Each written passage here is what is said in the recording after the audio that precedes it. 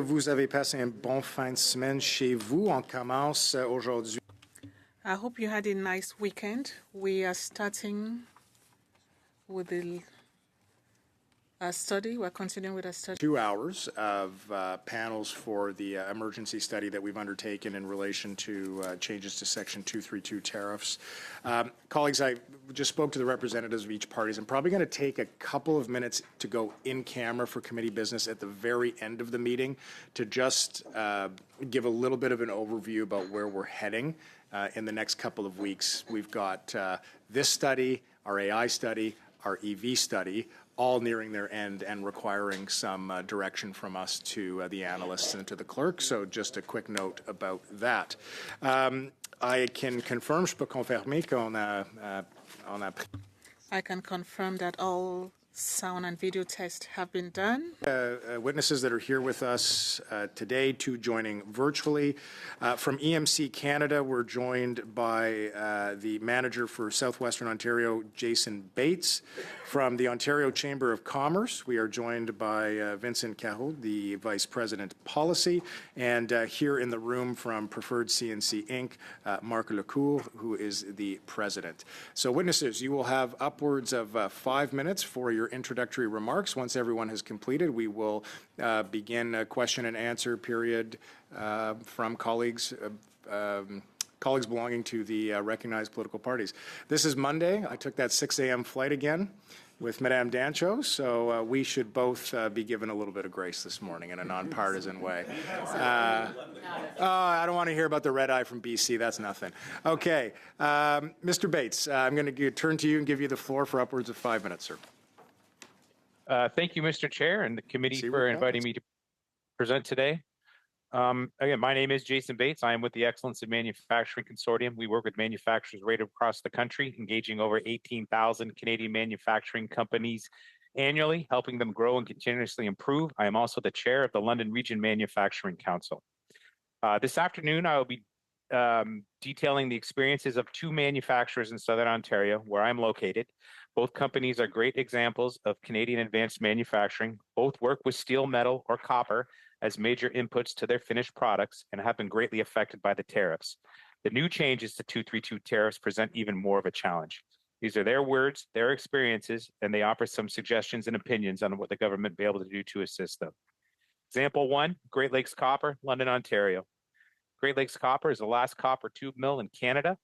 The mill was constructed in the late 1950s, opened in April 1958, designed to support the Canadian copper tube market. At the high point, there were 4 mills in Canada. However, the reduction in our market due to the conversion to PEX plumbing pipe has resulted in the closing of all other mills. Since the early 2000s, we have also seen an influx of cheaply priced copper tube being imported into the Canadian market. This has forced us to expand into the U.S. market. Prior to the implementation of the 232 tariffs on copper, approximately 50% of our shipments went to the U.S. The original 232 language resulted in a 50% tariff on copper content of our product. In many cases, the copper content represents over 80% of the selling price of our product. Therefore, we were immediately uncompetitive on this type of product.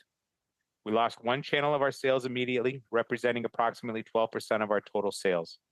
From August through April, we had maintained some higher margin business, although sacrificing profitability. In some cases, we also make products that are difficult for U.S. mills to produce, and these customers have largely stayed with us despite the tariff. The change in the language to the 232 tariffs in April 2026 now results in a 50% tariff on total invoice price of our product. This change results in our higher margin business no longer being profitable, and this business will move to the U.S. Despite these challenging conditions, Great Lakes Copper is committed to manufacturing in London, Ontario, and is ready to invest $65 million in improvements in their facility. These improvements would improve their manufacturing efficiency on existing product and open capability on some additional Canadian product that they are currently unable to produce.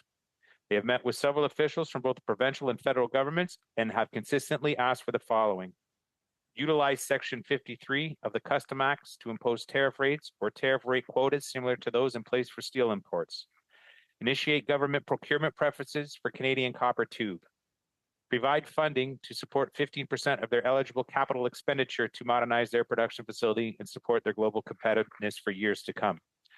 Total project cost $65 million. The recent expansion of the Ontario-made manufacturing investment tax credit to include non-Canadian controlled private corporations by the Ontario government is appreciated. Additional support from the federal government would also be appreciated. Example 2, Arctic snowplow, London, Ontario. Here is some brutal reality.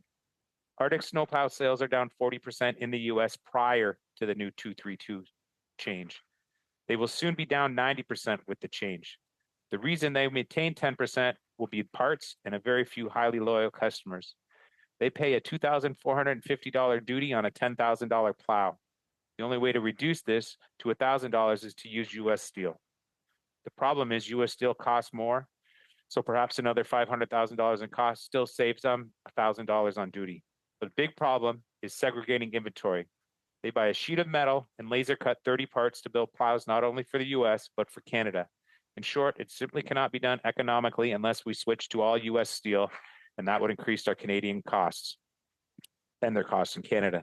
At the same time, US plow makers can sell against us in Canada with no penalty. It simply is not fair. In this case, Canada can actually do something. We need a counter tariff to level the playing field. Other ideas to help: make shred a bit more flexible, keeps content in Canada. Use the buying clout of the government to support Canadian companies, not a huge premium, but perhaps 3%, or give Canadian companies a last look at quotes. Municipalities have no money, so having the feds help a bit would really help. We have to be careful of retaliation by the US. If we push the government to buy too much, the US might retaliate. This is why I like adding some shred, since it would fly below the radar. I always think of things that are win-win. I do not really like grants for specific businesses and not others. I do not like added admin burden. One simple idea would be to generate capital for all businesses, and banks are clamping down so businesses need money, would be to allow delayed payment of tax, HST, and income tax. The problem with only doing income tax is companies severely hurt will not be profitable, so they have no tax to pay. This is another area that the US would be unlikely to retaliate in. Thank you, Mr. Chair and Committee, for allowing me to present this afternoon.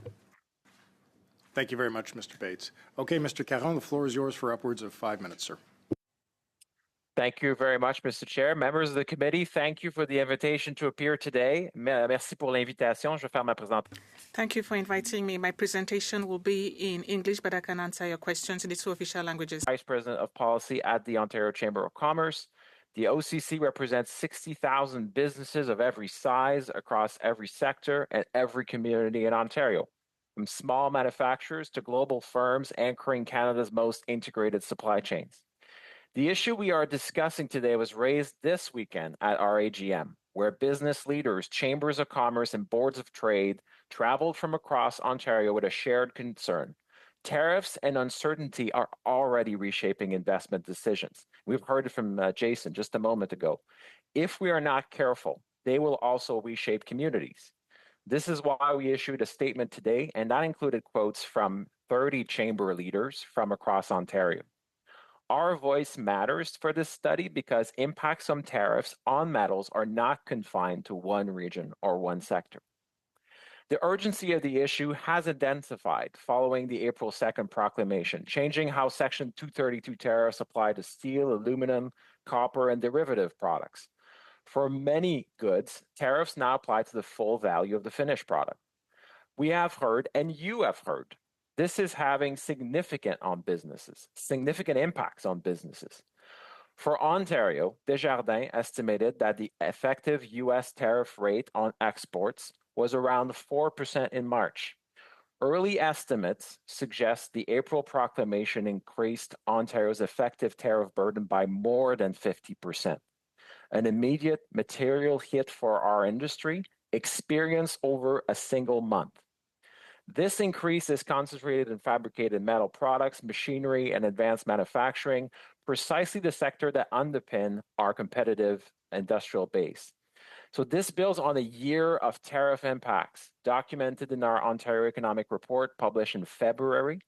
As a result, only 26% of firms plan to increase investment in the year, reflecting how uncertainty is already freezing capital decisions. So earlier this year, Ontario's exporters were already pulling back.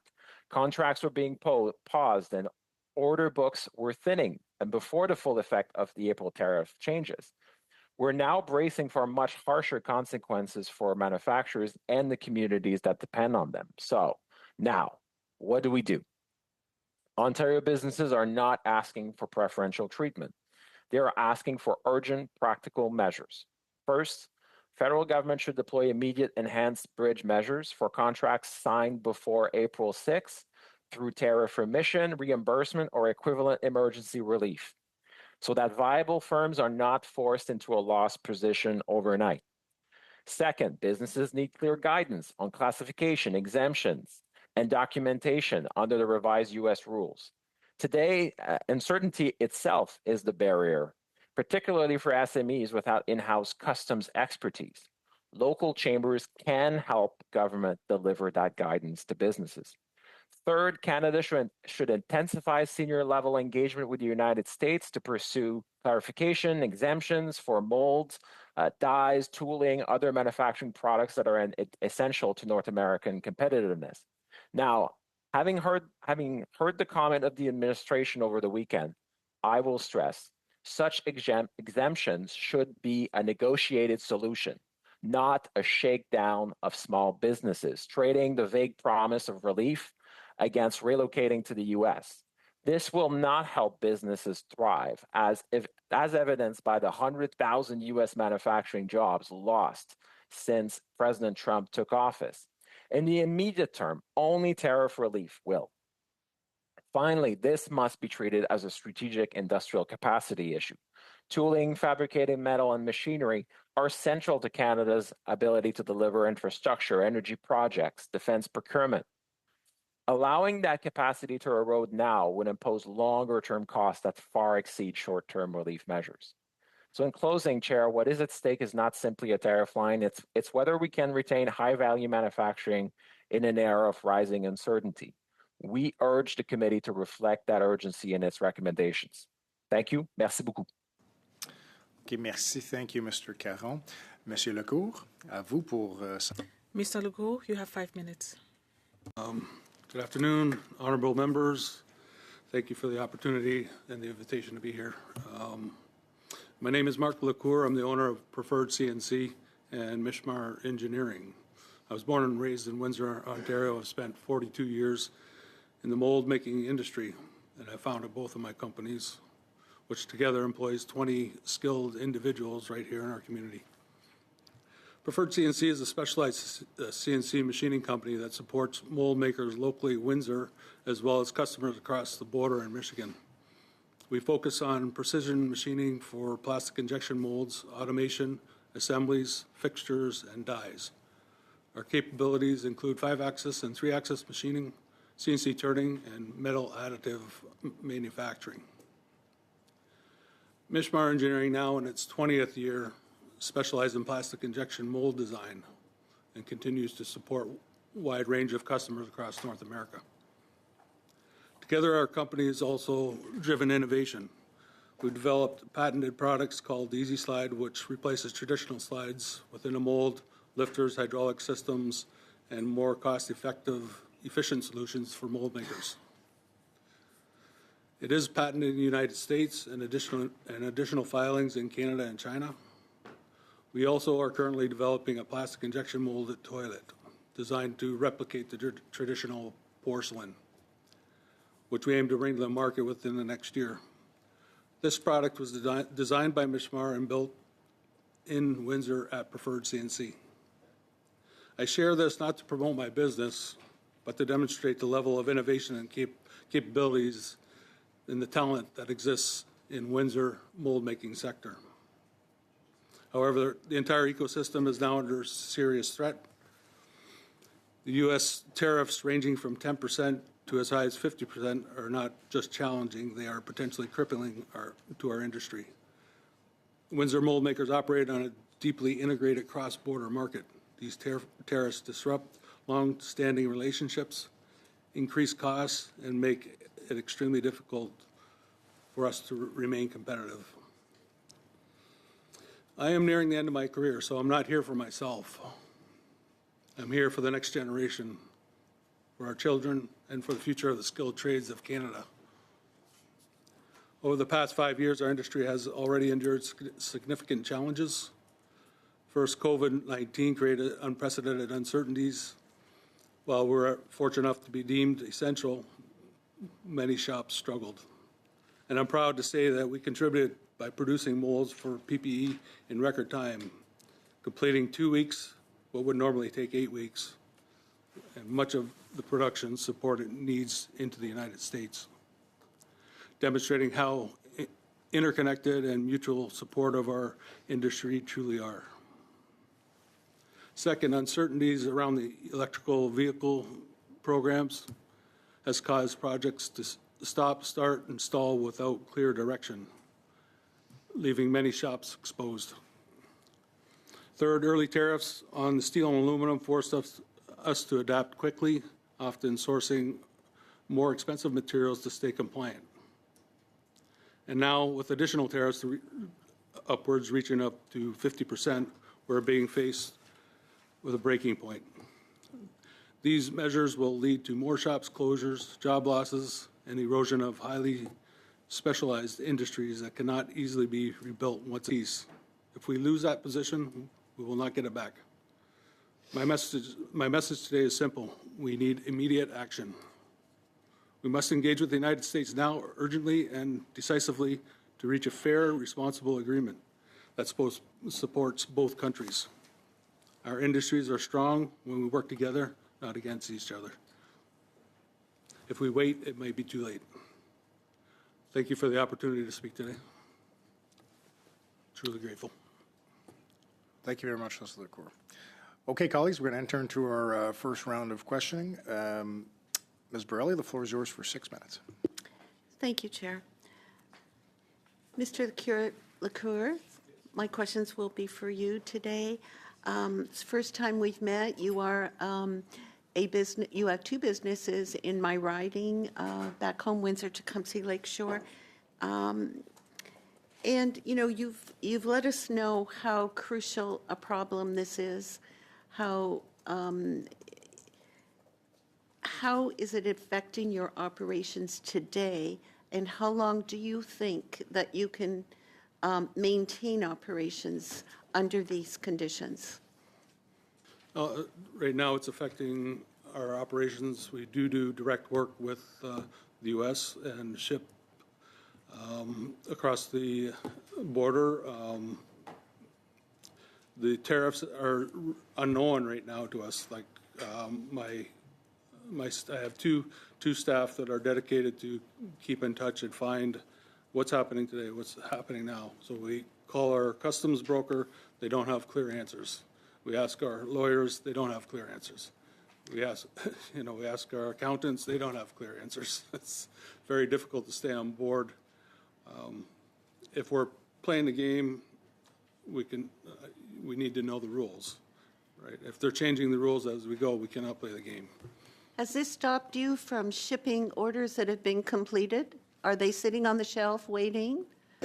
No, I don't want to do that to my customer. I know they have deadlines to meet. We have not stopped shipping. I'm waiting to hear back on some recent shipments that went to the United States for tariffs that are coming and how it's going to be handled between me and my customer. Wow, I'm sure it's very difficult to do business with that level of uncertainty. Yeah, so sure. You're taking a huge risk by shipping and not knowing what it's going to cost you. Correct. Okay. Yeah. If these tariffs persist or worsen, can you see yourselves, your two shops, and many area shops just closing? Yeah, we're a service shop, so we support a lot of local mold makers with a lot of the components that they need for their molds, like I said, between design and manufacturing. So if they start moving to the U.S., that's going to be detrimental to my manufacturing sector, and it's not going to be healthy for us. So they're going to start not sourcing work to Canada anymore, to a service shop like myself, and it'll be a slow death. So I'm just wondering, with more and more shops either thinking about closing in the future if these tariffs persist, and or moving their production to the U.S. if these tariffs persist, I'm just wondering, you're the basis of manufacturing in Canada and then also in the United States. How will we do big projects without mold makers, tool and die makers, and people that perform your work? It's possible. Once you lose that talent, you're not going to get it back. Yeah.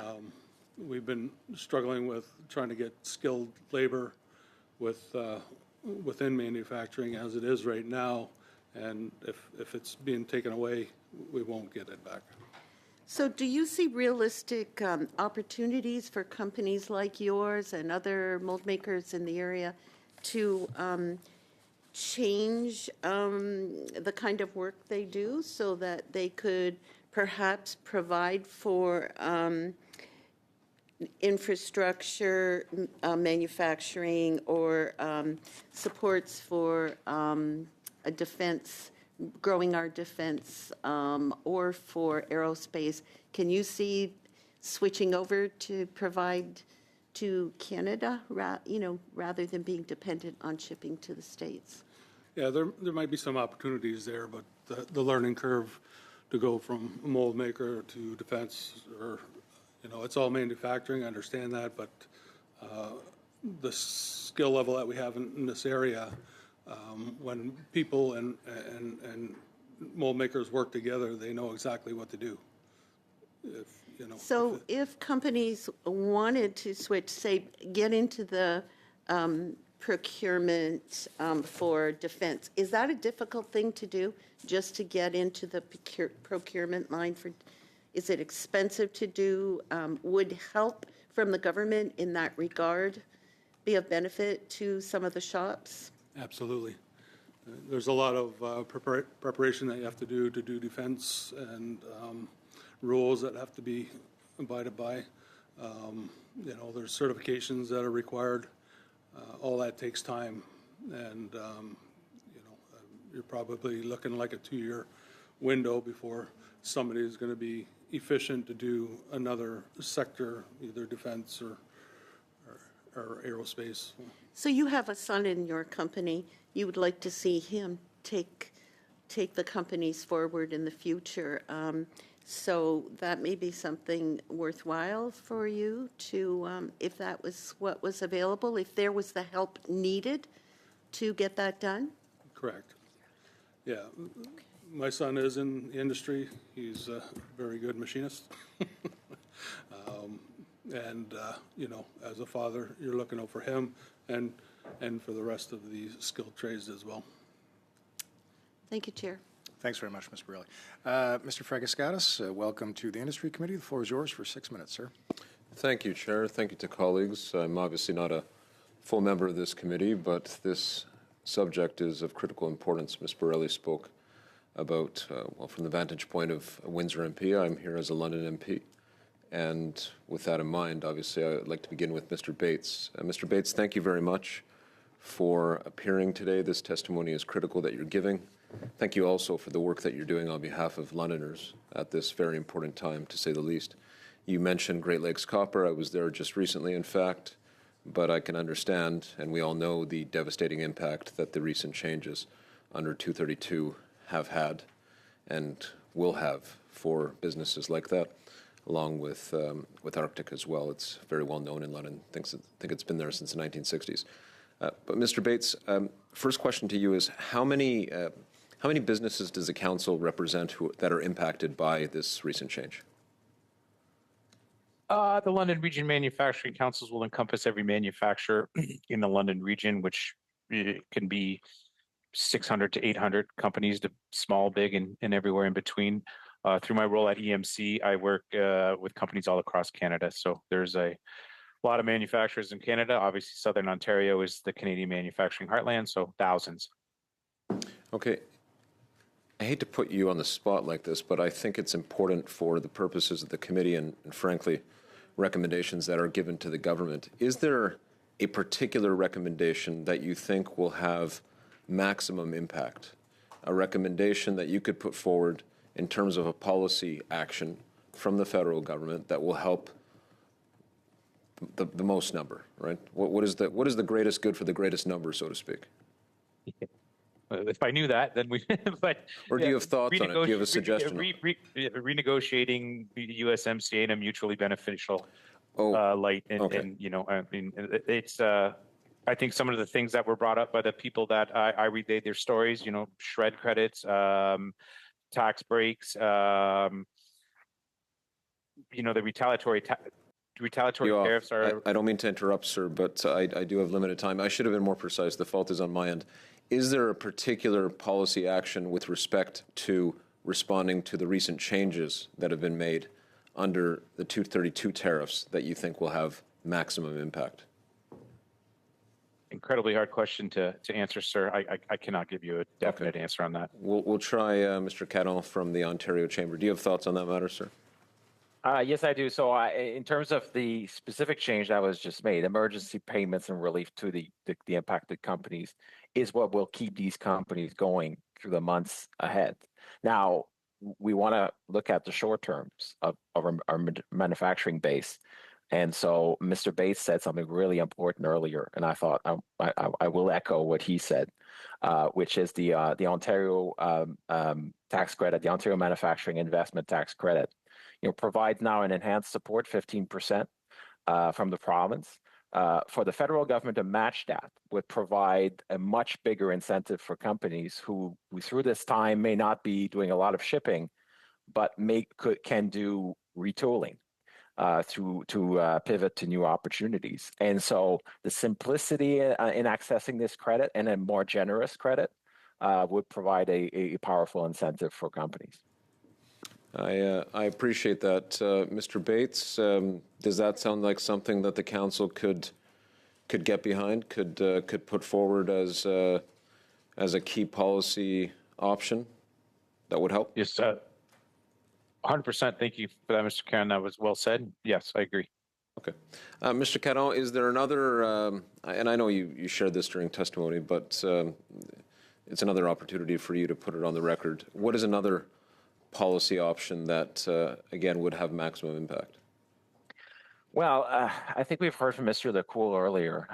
Companies are lost often in the maze of the complexity of the changes, and you know, while the Canadian government cannot overnight turn itself into a customs broker, help to access services like that or guidance from trade commissioners or other qualified government officials.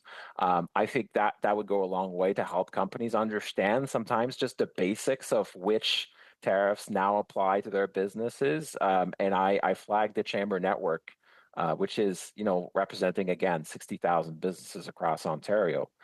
So you have local networks of and organizations, you know, volunteers and paid staff who can augment the message that the government is bringing. You know, so there's a bit of a public awareness a component to this that we certainly need to put in play.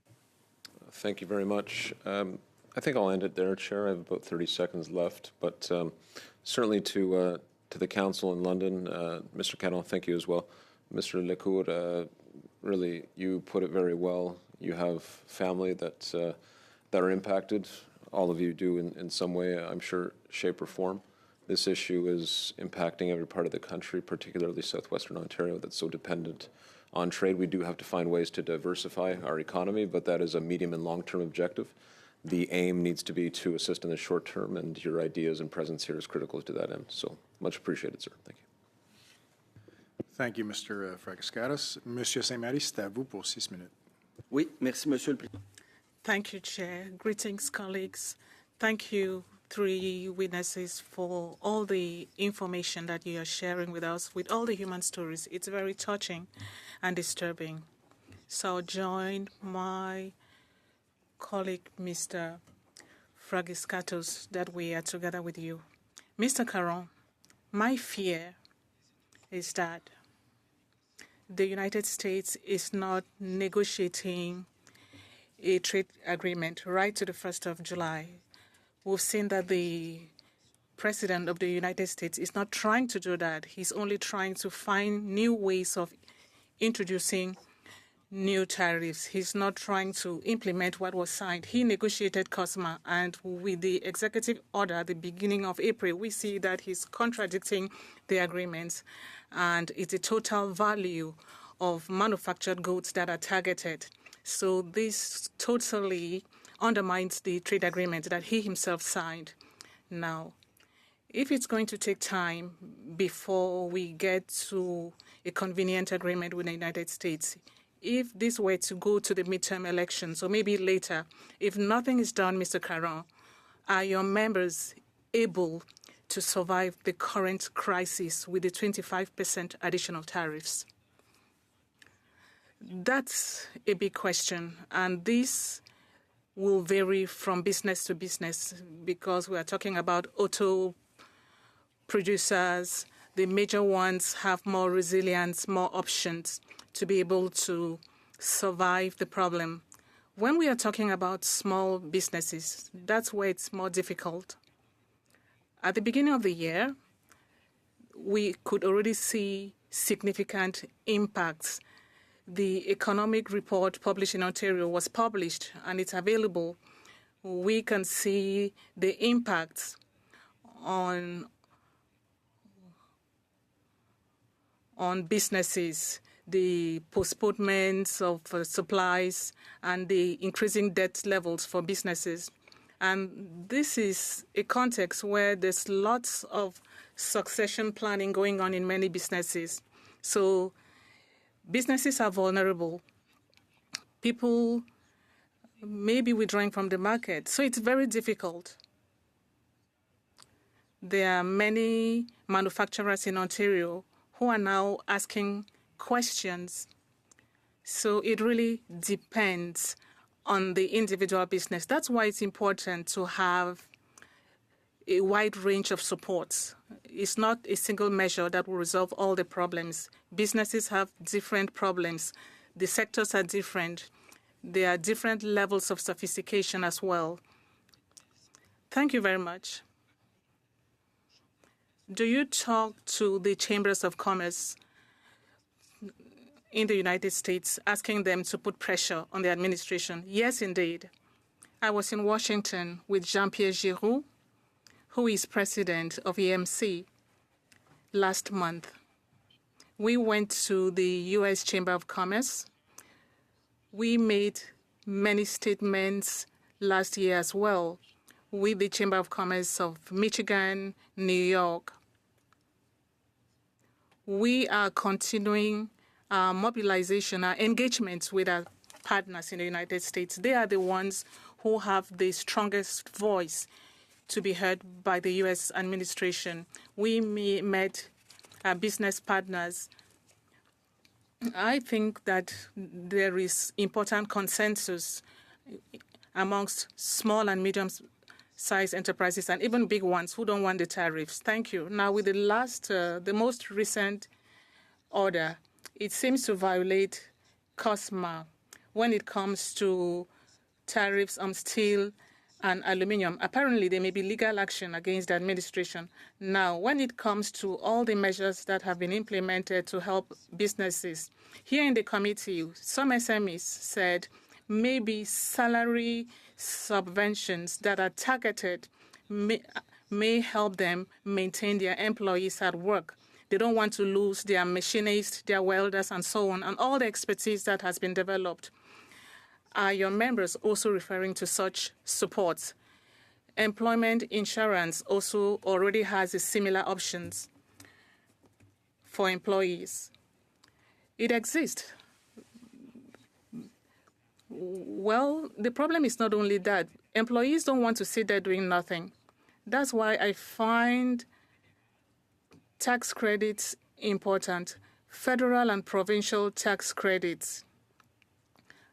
And these are combined tax credits that give money to businesses to help them invest in machinery. We have significant productivity delays in Canada because we don't have enough robotics, enough AI, enough advanced technologies. So we need to invest in all these, whereas we do have capacity that is available, which can be used to introduce new technologies in our factories or plants. But the businesses are under pressure. You simply can't just give them 10%. We need to be more generous for this to make sense. Thank you very much. My time is out. Thank you, Mr. Chair. Thank you, Mr. Saint-Marie. The floor is yours for 5 minutes. Thank you, Mr. Chair. It's an honor to be at this committee today talking about this very critical issue that I know is impacting tens of thousands of jobs and billions of dollars of GDP.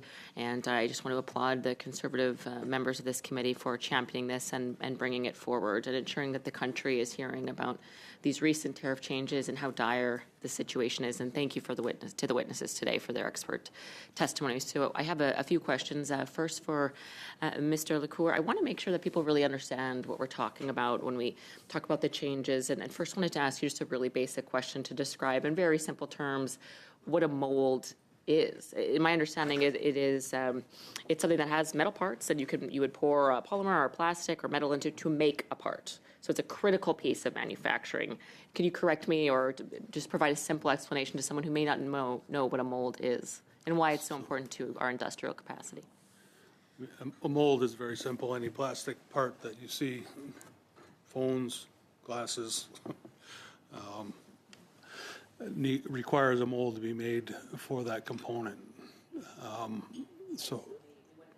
Cars or really any machinery, really anything you see without molds, and Canada makes almost really billions of dollars of these that we mostly export to the U.S. Is that correct? Exactly.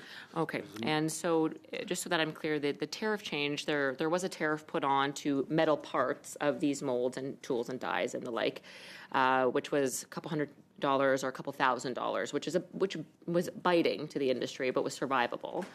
And then correct me if I'm wrong, but recently the tariff change put the tariff on the entire mold, which increased the tariff to tens of thousands of dollars per mold. Is that correct? Correct. Yeah, it was 10 to 15% tariffs on the material. Now, as of April 2nd, I think it was, they increased it to the full invoice. So, I mean, that's just catastrophic for our industry. Catastrophic. Yeah. And so if these tariffs are not removed, if this issue isn't solved, this is catastrophic for the industry. Is that correct? Yes.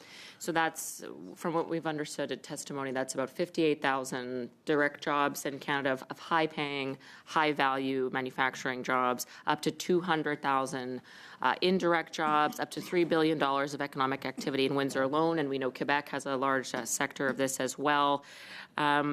So this is really devastating. We're staring down the barrel of a gun, really, in this with this tariff change. Is that a correct assessment? Correct. And okay. I think we need to act quickly on it to try to intercept this problem. Okay, thank you. And Mr. Caron, over to you. You had some excellent comments about some possible solutions. And just so that I'm clear on your position, what you're saying, really the only solution, while government subsidies may help temporarily, really the only long-term solution to ensuring this industry has viability in Canada is if the tariffs are removed completely. Is that correct? I would say yes, under current circumstances, but I guess there's another answer, which is what if these companies had other sources of demand for what they do, right? Which is not always straightforward. If you're in a supply chain where you service an OEM that is really on the other side of the border, then obviously this isn't available to you. And in some cases, the procurement, retooling for procurement or other sources of demand, that can be a significant undertaking. Companies don't have the expertise or wherewithal to go through, right? But I guess there's always that. Right. So I would imagine that would be quite capital intensive. Some companies may survive. They may have the capital to quickly pivot their machinery to manufacture a different mold, find a new buyer in a different industry or perhaps a different country. But that may be another way that some of these companies may survive this. Right. Is that correct? But the best option would be to remove the tariffs, I would imagine. I mean, obviously. And again, for U.S.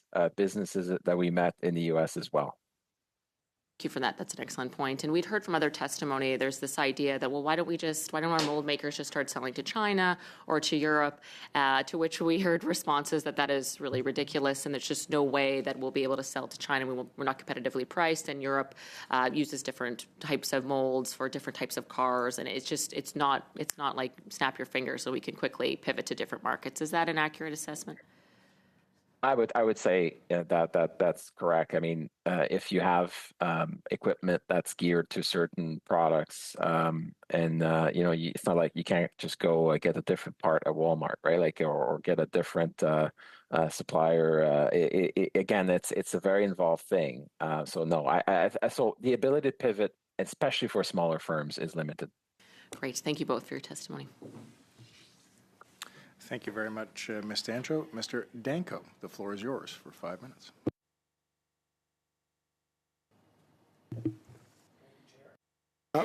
There we go. Thank you, Chair.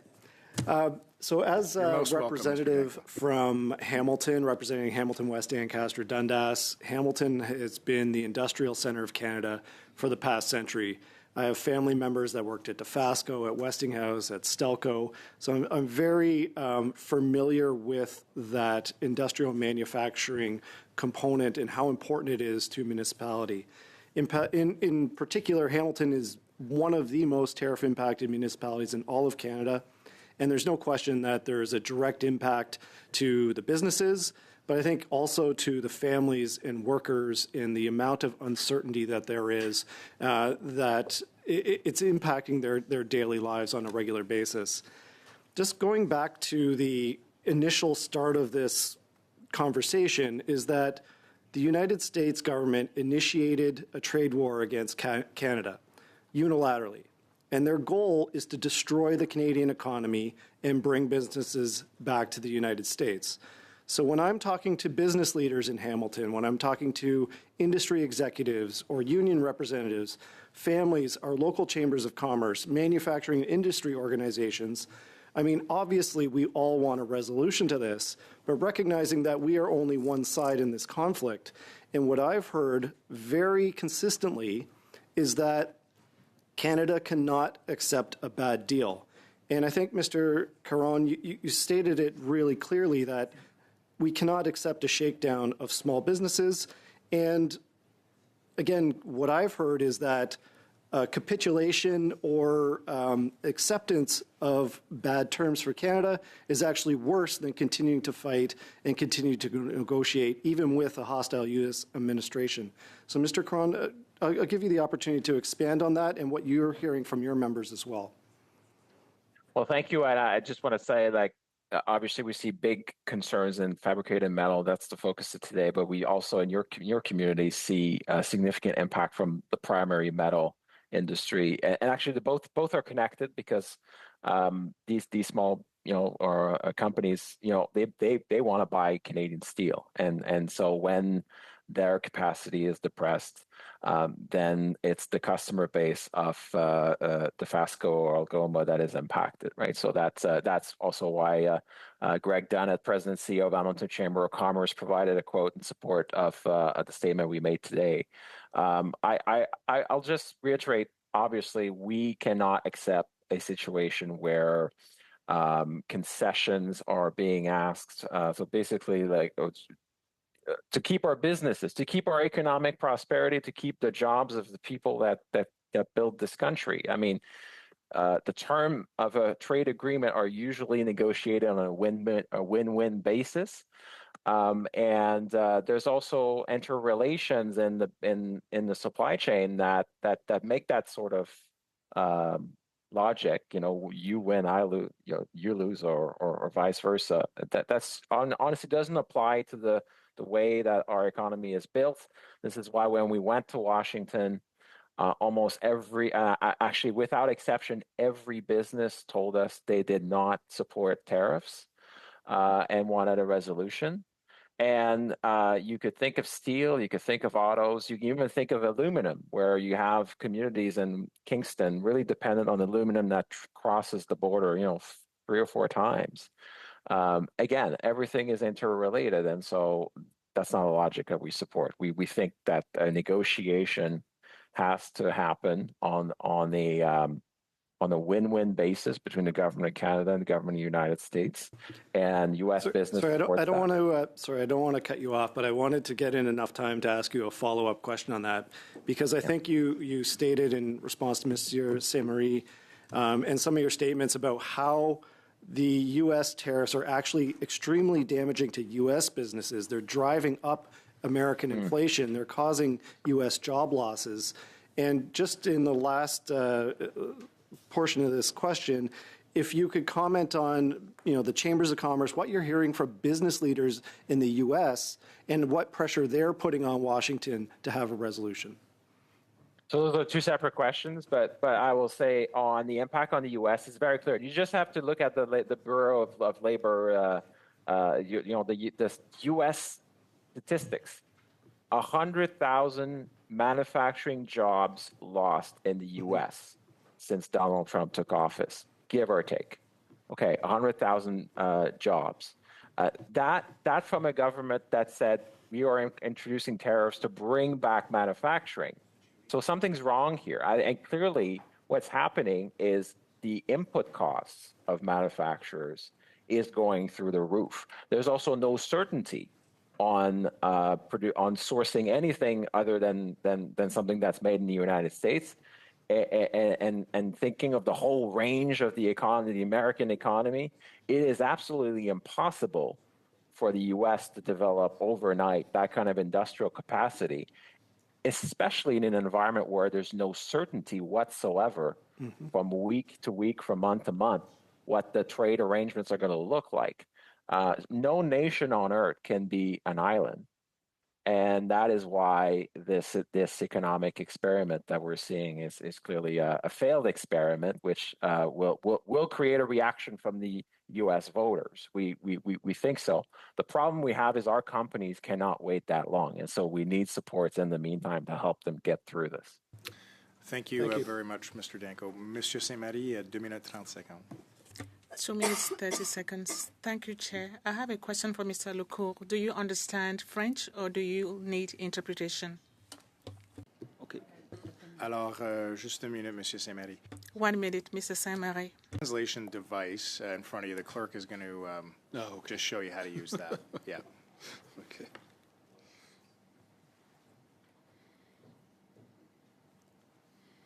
Sorry.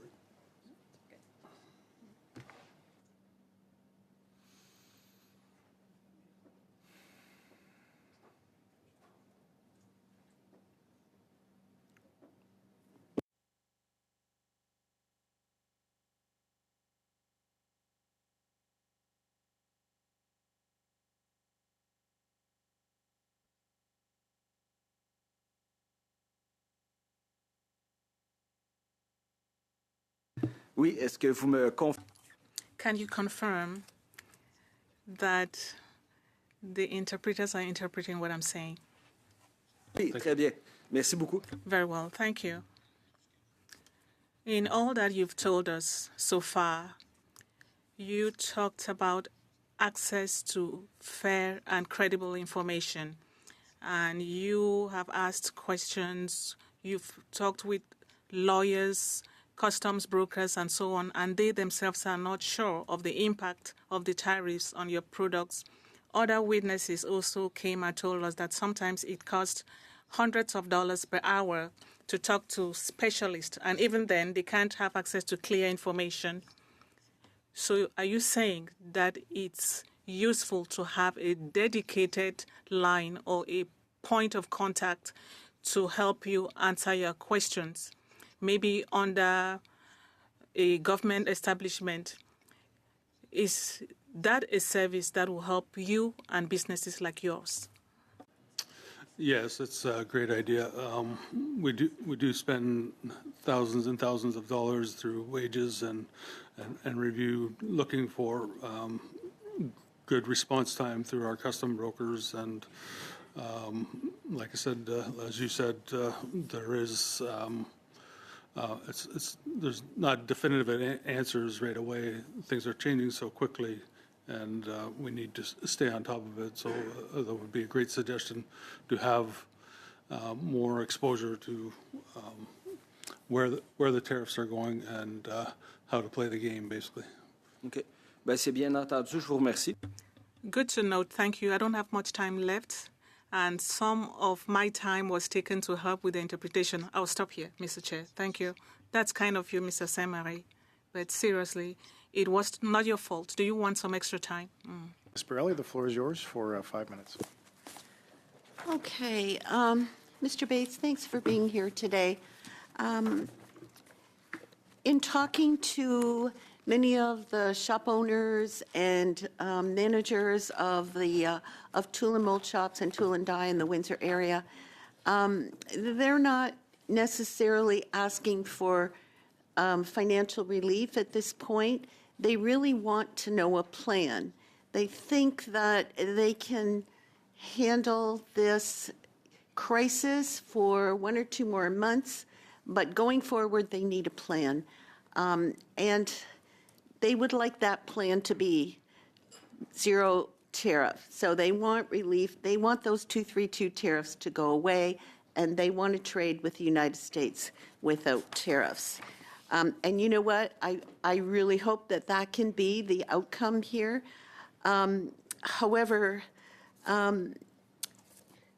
if that doesn't happen, then we're going to have to see either companies moving to the U.S., companies closing down, or pivoting to do another type of business. So just thinking that one of those changes could be to get into the procurement line for our defense industry. So what changes can you see that would be needed to procurement processes to ensure that small and medium SMEs can realistically compete in those contracts? I think with the defense sector, and I think one of the other 2 panelists touched on it, there is some barriers to get into that. It is hard to get the approvals. The cybersecurity levels that they need is very prohibitive. It's a lot of work. It's expensive. Defense, the volumes in defense aren't the same as automotive or those high kind of industries where there's just a lot of product being pumped out, so they'll have to adjust to that. It's definitely an avenue, but there is definitely barriers to get into that defense specifically, and easing some of those barriers, giving them the resources to overcome some of those barriers are definitely a positive thing. There's a huge interest in defense right now, and EMC is doing defense sector sessions across the country, and we've put about 500 manufacturers through them in the past 2 weeks. So there's great interest to learn and to explore it for sure. There's just barriers to get into it that need to be eased. Thank you. And Chair, I'm going to give the rest of my time over to MP Dangcho. Thank you, Mr. Chair. And again, I just want to thank the witnesses and the Conservative members and others who have given a lot of effort into drawing attention to this matter. Mr. Chair, though, I am concerned that we haven't heard a robust response from the Liberal government, what they plan to do about this. Again, I think this is quite significant. This isn't the early tariffs where it was uncomfortable, it bit, but it wasn't existential. Now we are hearing from witness after witness after witness that if this does not change, this area of our economy is going to be completely wiped out, along with over 58,000 jobs, potentially impacting up to 200,000 indirect jobs and multiple billions of GDP to our economy. And so I have been concerned, Mr. Chair, that we haven't heard what the Prime Minister is planning to do about this. And in fact, all we've really heard is from our American counterparts saying that the Canadian government isn't at the negotiating table. And it's been over a year. Many promises have been made that deals were going to be delivered. And yet, not only has there been no tariff relief deal, but it's getting worse. Just in recent weeks, now we're hearing far worse, in fact, than it has been in the past, and it was already dire for many industries. So, Mr. Chair, I do feel strongly, since this is the last meeting, we're going to hold the government to account, and I'm going to move the following motion. That given the Liberal government has failed to secure a deal with the United States, resulting in thousands of Canadian jobs lost across key industrial sectors, with thousands more at risk, Recent U.S. tariff changes under Section 232 of the Trade Expansion Act of 1962 have significantly increased costs for Canadian exporters, turning an already serious situation into an existential threat for industries such as mold making, steel, aluminum, and the auto sector. Mold making and related upstream industries are foundational to Canada's broader manufacturing base and are essential to Canada's economic sovereignty and industrial self-reliance. And despite repeated promises, the Prime Minister has failed to deliver meaningful relief or improved trade conditions as disputes with the United States continue to escalate. The committee called on the Prime Minister to finally deliver an agreement with the United States that ends these tariffs, restores stability, and protects Canadian jobs and a long-term competitiveness of Canada's industrial base, and that the committee report this recommendation to the House. Mr. Chair will be circulating the fully bilingual version of this momentarily. Thank you. Et appel au règlement, Monsieur le Président. Point of order, Chair. The interpreters are doing extraordinary work, but normally they receive a written version. We are going to suspend for a few minutes.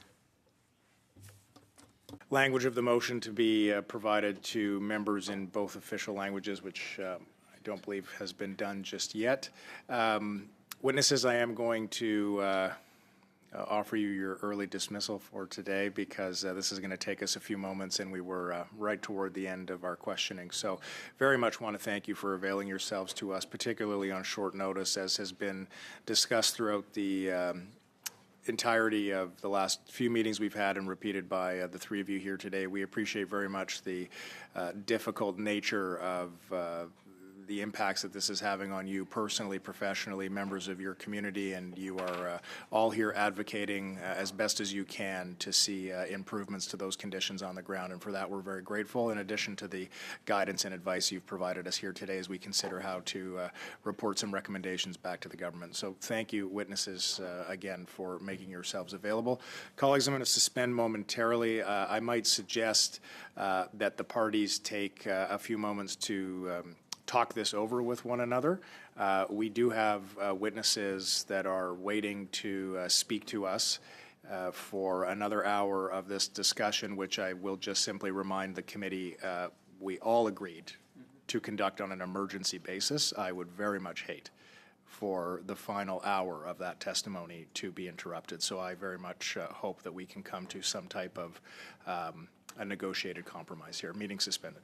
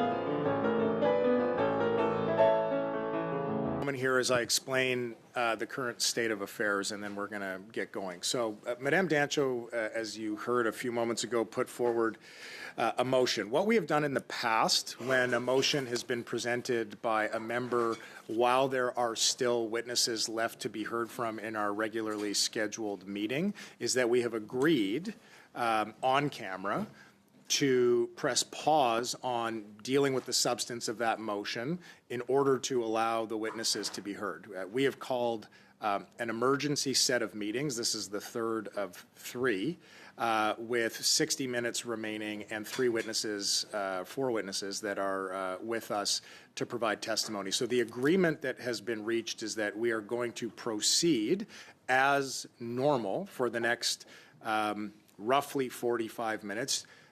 5 minutes to our witnesses for their introductory remarks, followed by the line of questioning, which will be 6 minutes, 6 minutes, 6 minutes, and then 5 minutes to the Conservatives, 5 to the Liberals, 2.5 to the Bloc. We're going to cut off the final 10 minutes. As soon as that is done, to honor the spirit of what we have agreed to do in order to allow for us to hear from our witnesses, we're going to go to the motion. Understood by everybody? Okay. In summary, we're pressing pause so that we can hear from our witnesses, and then we'll hit resume. All right. Now I just need to find my my paper here. Okay, so from Albers Tool and Mold Incorporated, we have the president of the company joining us virtually, Aaron Albers. Thanks very much for making yourself available, sir. From the Automotive Parts Manufacturers Association, we're joined here by Flavio Volpe, its president. From the Fédération des Chambres du Commerce du Québec, Mathieu Lavigne. Fédération des Chambres de Commerce du Québec, Mathieu Lavigne, the Vice President. From the Chambre de Chambre, il y a une personne, je sais pas. From the Chamber of Commerce, one person will speak. Mr. Lavigne, you will have 5 minutes. Introductory remarks, and I can confirm that tests have been done for everyone who's joining us. Monsieur Lavigne, c'est 5 minutes pour vous, suivi par Monsieur Albers. Mr. Lavigne, 5 minutes for you, followed by Mr. Albers, followed by the last person. Mr. Lavigne, you have the floor. Good afternoon, Chair. Good afternoon, members of Parliament. I am Mathieu Lavigne, Vice President of Public and Economic Affairs for the Federation of Quebec Chambers of Commerce, and accompanied by my colleague Hubert Rue. I'll make a brief introduction before I get into the substance of our statement. We are a federation of 120 local chambers of commerce in Quebec and a national chamber of commerce with 1,000 member companies and a network of more than 40,000 businesses of all sizes across Quebec, including a very large number of manufacturing and exporting companies. So many of our businesses are directly affected by the topic of today's consultation. So that's who we are. So I'll yield the floor to my colleague. Thank you, Mathieu. Thank you, everyone, for receiving us. There are many companies in Quebec and Canada who are going through a major economic shock, stemming not only from the level of U.S. tariffs imposed under Section 232, but above all from the fundamental change in how they are applied. The U.S. decision to now apply ad valorem tariffs on the total value of the products rather than on the relative value of steel, aluminum, or copper inputs alone is having extremely severe consequences. This is a technical change with disproportionate economic impacts. The more a product is processed and the higher its value added, the more it is penalized. The result is that secondary and tertiary processing companies, which constitute the core of the Quebec manufacturing sector, are over-penalized. So their profit margin is already limited, and it's being eliminated now because of the tariffs. And the American market is now becoming inaccessible because our products are now cannot compete. Our products that were customer compliant now find themselves with 25% tariffs, so it's not sustainable. So it's essential to say that the application, ad valorem application of 232 tariffs are making these tariffs inoperable because businesses that have structured their supply chains in line with the customer agreement are now affected without any foreseeability or short-term remedies. So all this undermines the credibility of the North American framework, discourages investment in Quebec, speeds up decisions to relocate to the United States, not out of choice, but out of necessity because they have to survive. So in the short term, the problem now is liquidity. Now, the Canadian retaliatory tariffs combined with the long deadlines associated with the other decisions are obligating companies to negotiate, and then there's an impact on many things. So many testimonies amongst our members say that projects for acquisition are suspended, contracts are lost or will be lost when renegotiations are done with American clients. So decisions will be made to transfer the activity to the United States. Some are already underway. So faced with this decision, rapid, structural, and targeted short-term measures are being expected. We recommend that we avoid the imposition of new retaliatory tariffs on the imports of intermediary imports, semi-processed goods from the United States, and we also limit these measures that are applied to finished products that compete with equivalent products already manufactured in Canada. Secondly, immediate reinstatement and extension of horizontal rebates on Canadian counter tariffs applicable to imports of steel and aluminum from the United States for all manufacturing sectors until these countermeasures are fully removed or repealed. Thirdly, a reversal of the burden of proof for company-specific rebate processes. Rebates should be granted upfront, and it would then be up to the CBSA to demonstrate through investigations the existence of equivalent Canadian capacity. Fourthly, better promotion of the drawback program for exporting manufacturers with an expedited pathway for steel, aluminum, and copper processors. 5, the immediate reinstatement of the Regional Tariff Response Initiative, which is crucial for our SMEs in the current context, and its continuation until the current tariffs are repealed. And lastly, we believe it is essential that all revenue generated by Canadian tariffs on U.S. or foreign products, particularly Chinese ones, be fully reallocated and dedicated to supporting affected businesses and sectors rather than being paid into the consolidated fund. These measures appear necessary in the short term, but do not replace the essential. That is, rapid and tangible progress must be made in the discussions with America regarding Section 232 tariffs. Otherwise, COSMA will continue to exist on paper, as is the case now. Thank you very much for your attention. We look forward to answering your questions. Thank you.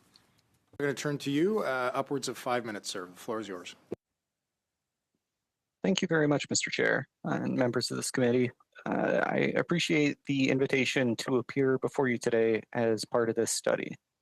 My name is Aaron Albers. I'm president of Albers Tool and Mold, a tool shop based in Windsor, Ontario.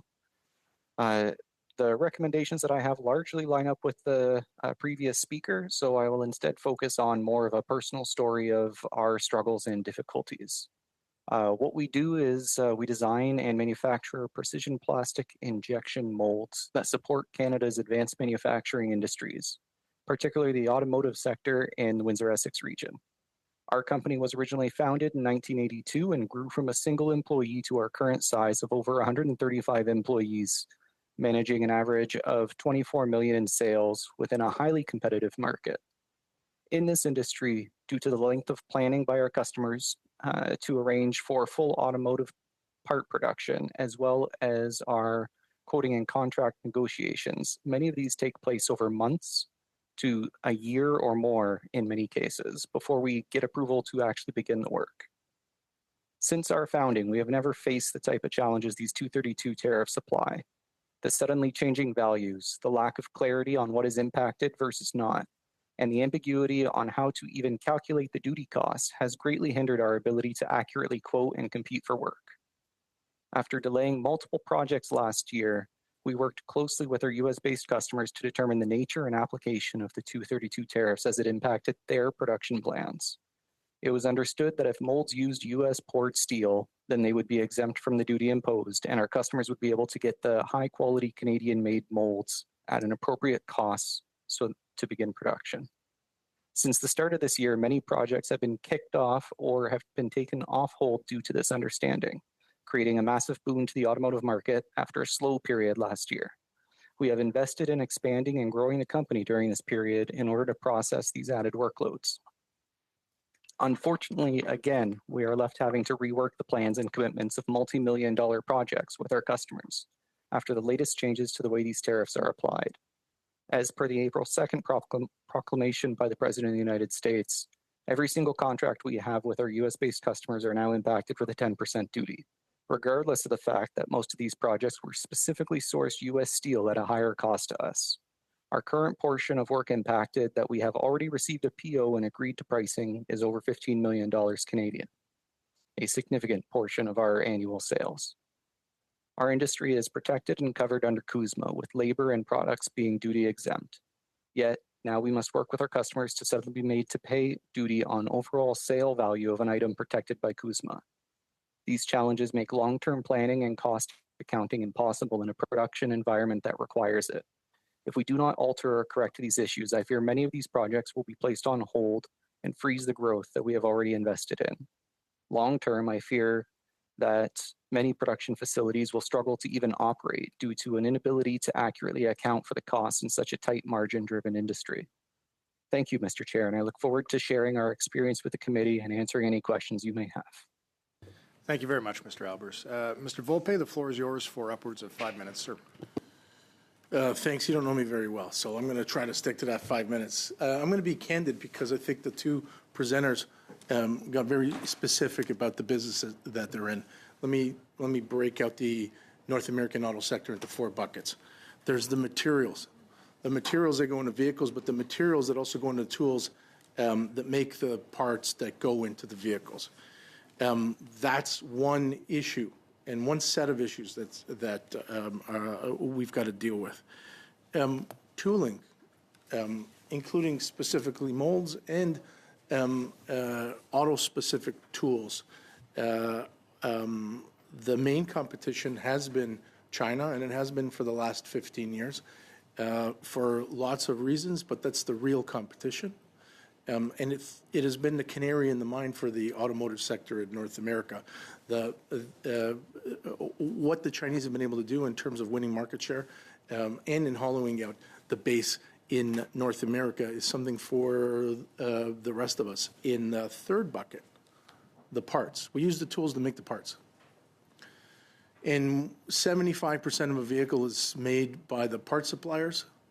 And you have the final bucket, which is the automotive bucket, which is the only one facing the regular consumer. And so the gentleman on here and other witnesses that you had here before talked about the time between quoting a job and delivering a tool has put them on either side of new tariff updates. Tariffs hit after the job is priced, and customers, whether they're part suppliers or automotive suppliers, automotive assembly plants, are expecting that the mold makers and the tool makers absorb that cost. If we lose that capacity, that's the first domino to fall. You know, in the industry, we had a crisis in 2021 and 2022 when the auto sector let go of its supply of chips that it needed for complex systems. And then when they tried to get it back, they figured out the rest of the world wanted them for all the new consumer electronics goods that everybody was buying because they were stuck at home. And it affected volumes, it affected costs of vehicles, costs of parts, but also affected leverage for Canadian entities and those centered around Detroit, of which the Canadian auto sector is part of. The American parts, the American mold sector is benefiting from this in the short term.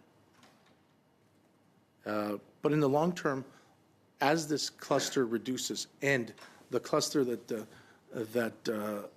Albers Mold is part of is one of the world's top 5 clusters of mold making expertise and also capacity. As that erodes, and that customers in the Detroit cluster, of which Ontario and Quebec are part of, lose Canadian options, the Chinese option looks more and more real. What do we need to do? We don't have the defense opportunities and aerospace opportunities that the Americans have, or the volume automotive opportunities that the Americans have. One of the things that we've been doing with the CTMA was the Tool and Machine Makers Association in this country and the Mold Makers Association, is to find a way in new defense spending, in new programs, in support for the automotive and parts sector to bonus or require those companies to buy tools locally. If I worked in a tool shop in Windsor, I'd probably be the youngest guy there. And these are independent businesses usually that are looking for a succession plan, and they usually want to say the next generation. All of this makes the valuation of that business lower, maybe unsellable, and so they got to stay in longer as they fight forces they have no control over. They're the canary in the coal mine, and I'm very happy to represent, even just in this moment, some of their interests. If they go, it erodes part of the shaky pillars that we have under the automotive parts sector in Canada as well. Thank you. Thank you very much, Mr. Volpe. Mr. Lewis, the floor is yours for 6 minutes, sir. Just waiting for it to come on, Mr. Chair. You got the wrong mic on. It's Lewis, not Push the button. 28. There we go. Well, thank you very much, Mr. Chair. I appreciate it. And thank you so much to all the witnesses for being here today. My first line of questioning, Mr. Chair, through you, is to Mr. Volpe. Thanks so much for coming all the way up to Ottawa to be part of this very important study. We certainly do appreciate it. Mr. Volpe, recently you were elected to, or appointed to, not elected, appointed to the Advisory Committee on Canada-U.S. Economic Relations, and congratulations on that for sure. What is the mandate of that committee? I think it's to give August advice, insight, and data points to the Canadian negotiating team as it prepares for a CUSMA review and any ancillary negotiations, perhaps on layered tariffs that have come in from the U.S. Thank you, Mr. Volpe. And when is the last time that yourself or the committee has given an update to the Prime Minister, to Minister LeBlanc, Minister Jolie, perhaps Premier Ford, on the dire situation happening in Essex-Windsor? About 4.5 hours ago. Excellent. And then I have to, and I know you can't disclose a lot, but what did they say? Do they understand the urgency of what's happening? Yeah, look, I think there's an acute understanding that industrial Canada, and especially southwestern Ontario, and then I think all spots between London and Windsor, actually with apologies to Hamilton and Burlington, are carrying the brunt of this, and Guelph are carrying the brunt of this, and that it should be the focus. Any relief that we're seeking should should put those at the forefront. Thank you. And how often do you meet, and when is the next committee meeting? Well, the first one was 4.5 hours ago. Oh, so, how often do you meet, and when is the next one? I don't know the cadence of it. You know, part of the update there was we're going to hear about it, and some of it will be regular cadence, and other will be on the toing and froing of the discussions with the Americans. Okay, thank you. Towards the end of your testimony, sir, you mentioned that Michigan mold makers are actually faring a little bit better than Ontario mold makers right now, and that's not the testimony that we've heard from the people that own the shops. They actually told us last week that Michigan mold makers are actually closing at a faster rate than Ontario mold makers. So I'm not sure where somebody's crossed the line there, and that's fine. My other question for you is, last Thursday we had a gentleman from Windsor, a witness, and he opened a personal invitation to the Prime Minister to go down to his shop floor in Windsor so he can really truly understand the dynamic and the urgency of this problem. I don't have the Prime Minister's phone number, but I'm sure that you, as a committee, probably get his ears more than I could. Would you please send that message to that gentleman? We can get you the name. It's really important the Prime Minister comes down to Windsor, Essex. Am I on? Yep. I've hosted the Prime Minister down in Windsor, Essex, and he's acutely aware of it because nobody in Windsor, Essex is quiet, as you can give your own personal testimony there. Everybody knows we've got an acute issue, and they're rather articulate in it because they're kind of stuck in it. They're, what I would say to your constituents and to some of the other witnesses here and the ones that came on last week, I'm not quiet about them either. And to that point on the Michigan mold makers, there is a bigger volume and a bigger cluster in Michigan. So whoever said that last week might have been right in terms of numbers, but you got to look in terms of the volume of work as well. Thank you so much, Mr. Volpe. I appreciate that, your very honest answers. Mr. Chair, through you to Mr. Albers. How much longer can your business survive, sir, in facing the state of the industry as it is today? As it is today, it's incredibly difficult to source any American work. Any contracts or negotiations that we had at the start of the month as to any bidding that was taking place has essentially frozen because of the unpredictable nature of what we're going through at the moment. So I would say that long term, if this remains in place, if it becomes consistent and doesn't change, we could adapt, we could recover and maintain ourselves in a year and a half to 2 years. But with it being as variable as it has been, that's not necessarily a guarantee. Okay. Thank you, Mr. Albers, and back to you, sir, through the chair. The last question I have, probably the most important question I have, is what immediate, because I do realize it's imminent, like this situation is imminent. It's not even next week or the month after. We've been told quite a few times that maybe July is the end date on this. What immediate backstops are needed in the short term then to support the industry just to survive the short term? Thank you. My apologies. Is the question for me or? Yes, sir. Okay. Short term, if we could get a continuation of an extension on the counter tariff exemptions for U.S. steel, even though they are tariffed at the 10% rate, that is a significant better selling point than 50%. It means that a number of our projects could possibly be argued to press forward. And beyond that, a show of force in regards to negotiations and intending to resolve this and keep it at either a consistent tariff level or no tariff, but to enforce the idea that it simply can't be changed on a whim as it has been. Thank you, Mr. Alberts. Thank you, Mr. Chair. Thanks very much, Mr. Lewis. Madame O'Rourke, the floor is yours for 6 minutes. Oh, thank you very much, Mr. Chair. I'll just go to Mr. Albers. Mr. Albers, earlier in this meeting, MP Borelli said the people that she's spoken to didn't want funding of any type. And so I'm confused because we've really been listening to industry to hear what would be a possible bridge, while clearly our experts are working on resolving trade challenges with the United States. And the Windsor Essex Chamber of Commerce, their recommendations were to reconsider and reinstate the blanket remission framework and implement short-term cash flow support measures. And then obviously, everyone's goal is to resolve the Section 232 dispute. So if there was short-term cash flow support to help provide the certainty to you and to your workers, because we heard from other people about concern around loss of workers, do you think that's reasonable for the government to do? I think that would be an assistance in regards to one of the struggles that we're facing in the workflow that's coming out that became unfrozen in January, that began coming through the shops, is that all that expenses that the shops have taken on is likely to be frozen in place.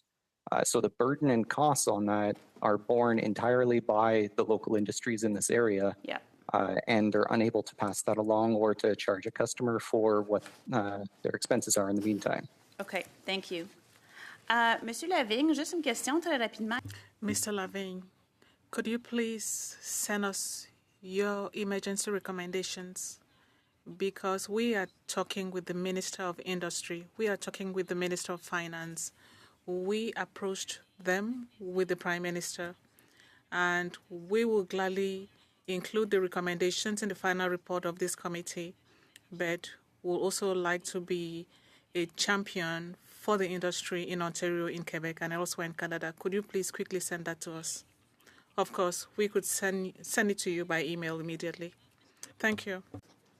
A couple of questions. So if we go back in time just a little bit, I chair the Auto Caucus, and, there's lots of illusions about Windsor-Essex being an area very, very highly challenged. I don't dispute that.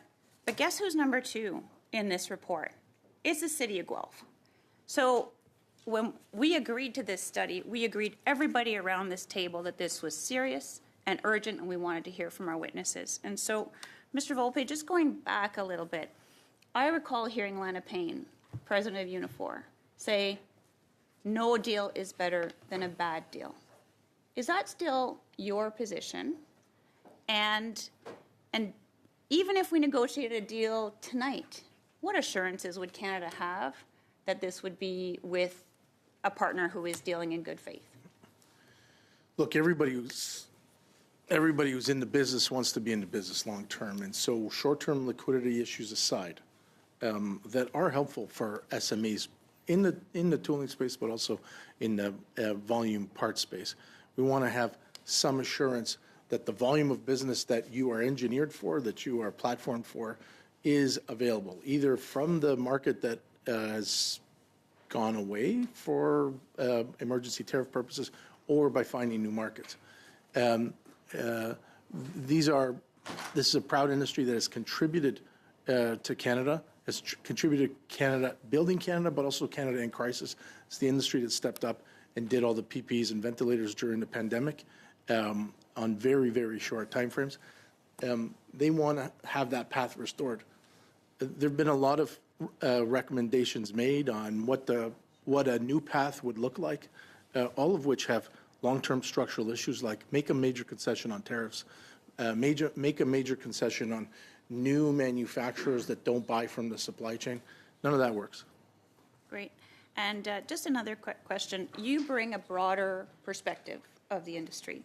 And thank you for raising the fact that the mold makers were identified really as a critical part of our supply chain. So we all have interest in making sure that they're surviving and thriving and able to benefit from major projects, from infrastructure, from defense, and from the auto sector.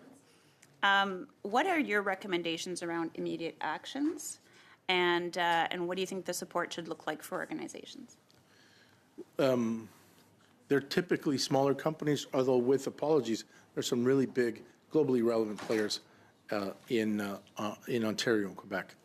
For the smaller companies that are currently frozen, especially since April 6th updates on new derivatives, use the agencies that we have, EDC, BDC, FedDev, and try to help through the current offerings to help short-term liquidity. If we're going to get relief through the CUSMA renegotiations, if that's this year, over the next couple of quarters, let's get them there healthy so that the immediate course of action for them will be that the current customers may come back to them. Thank you. Est-ce que j'ai une petite minute pour retourner à la Chambre de commerce? Can I go back to the Chamber of Commerce? Thank you. Thank you for your presence. I would like to ask you the same question. We know that this is an extremely urgent matter. What are your recommendations in the short term, medium, and long term? And do you believe as well that we need credible and sustainable negotiations instead of whatever?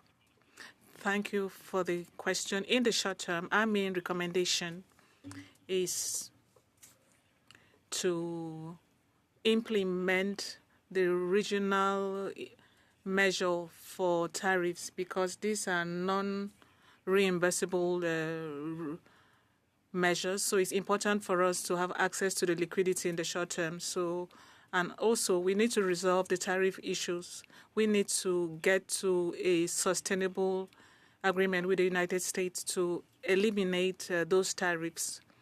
mostly, and that could be done during the review of the customer negotiations or on the sidelines. We hope that happens. Thank you very much. Mr. Saint-Marie, you have 6 minutes. Thank you, Chair. Greetings to the 4 witnesses. Thank you for being here, and thank you for all you are contributing. My question is for the FCCQ, Mr. Lavigne and Mr. Ryu. Good afternoon, and thank you for being here for your presentations. Mr. Ryu, you presented a clear picture of the impact of the executive order of 2nd April that was implemented on the 6th and its impact on all corporations that are involved with metal transformation or processing in Quebec. And it's very disturbing. My first question, do you have good contacts with the Chamber of Commerce of the United States? Because we will remember that in 2018, they were the ones who took legal action against the U.S. administration concerning the illegal steel and aluminum tariffs under Section 232. And following the signing of COSMA, that was abandoned. Do you think that similar legal action could be taken following the most recent order, which, as Mr. Ryu said, totally contradicts COSMA? Thank you, Mr. Saint-Marie, for the question. Yes, indeed, we are in regular discussions with our counterparts in the United States, Chamber of Commerce, and they have observed the impacts, the counterproductive impacts on the American economy as well. So we are happy to see that the Quebec Prime Minister was in Washington today, and we'll be meeting with them. That's very good news. And this is showing solidarity on both sides of the borders. But will they once again take legal action? We don't know. Clearly, the key to success is talking with our partners in America. It's important for corporations like us and for politicians to talk to people on the ground, not only to the administration, because we also need advice. We agree. It's very clear what you've said, and it's well noted.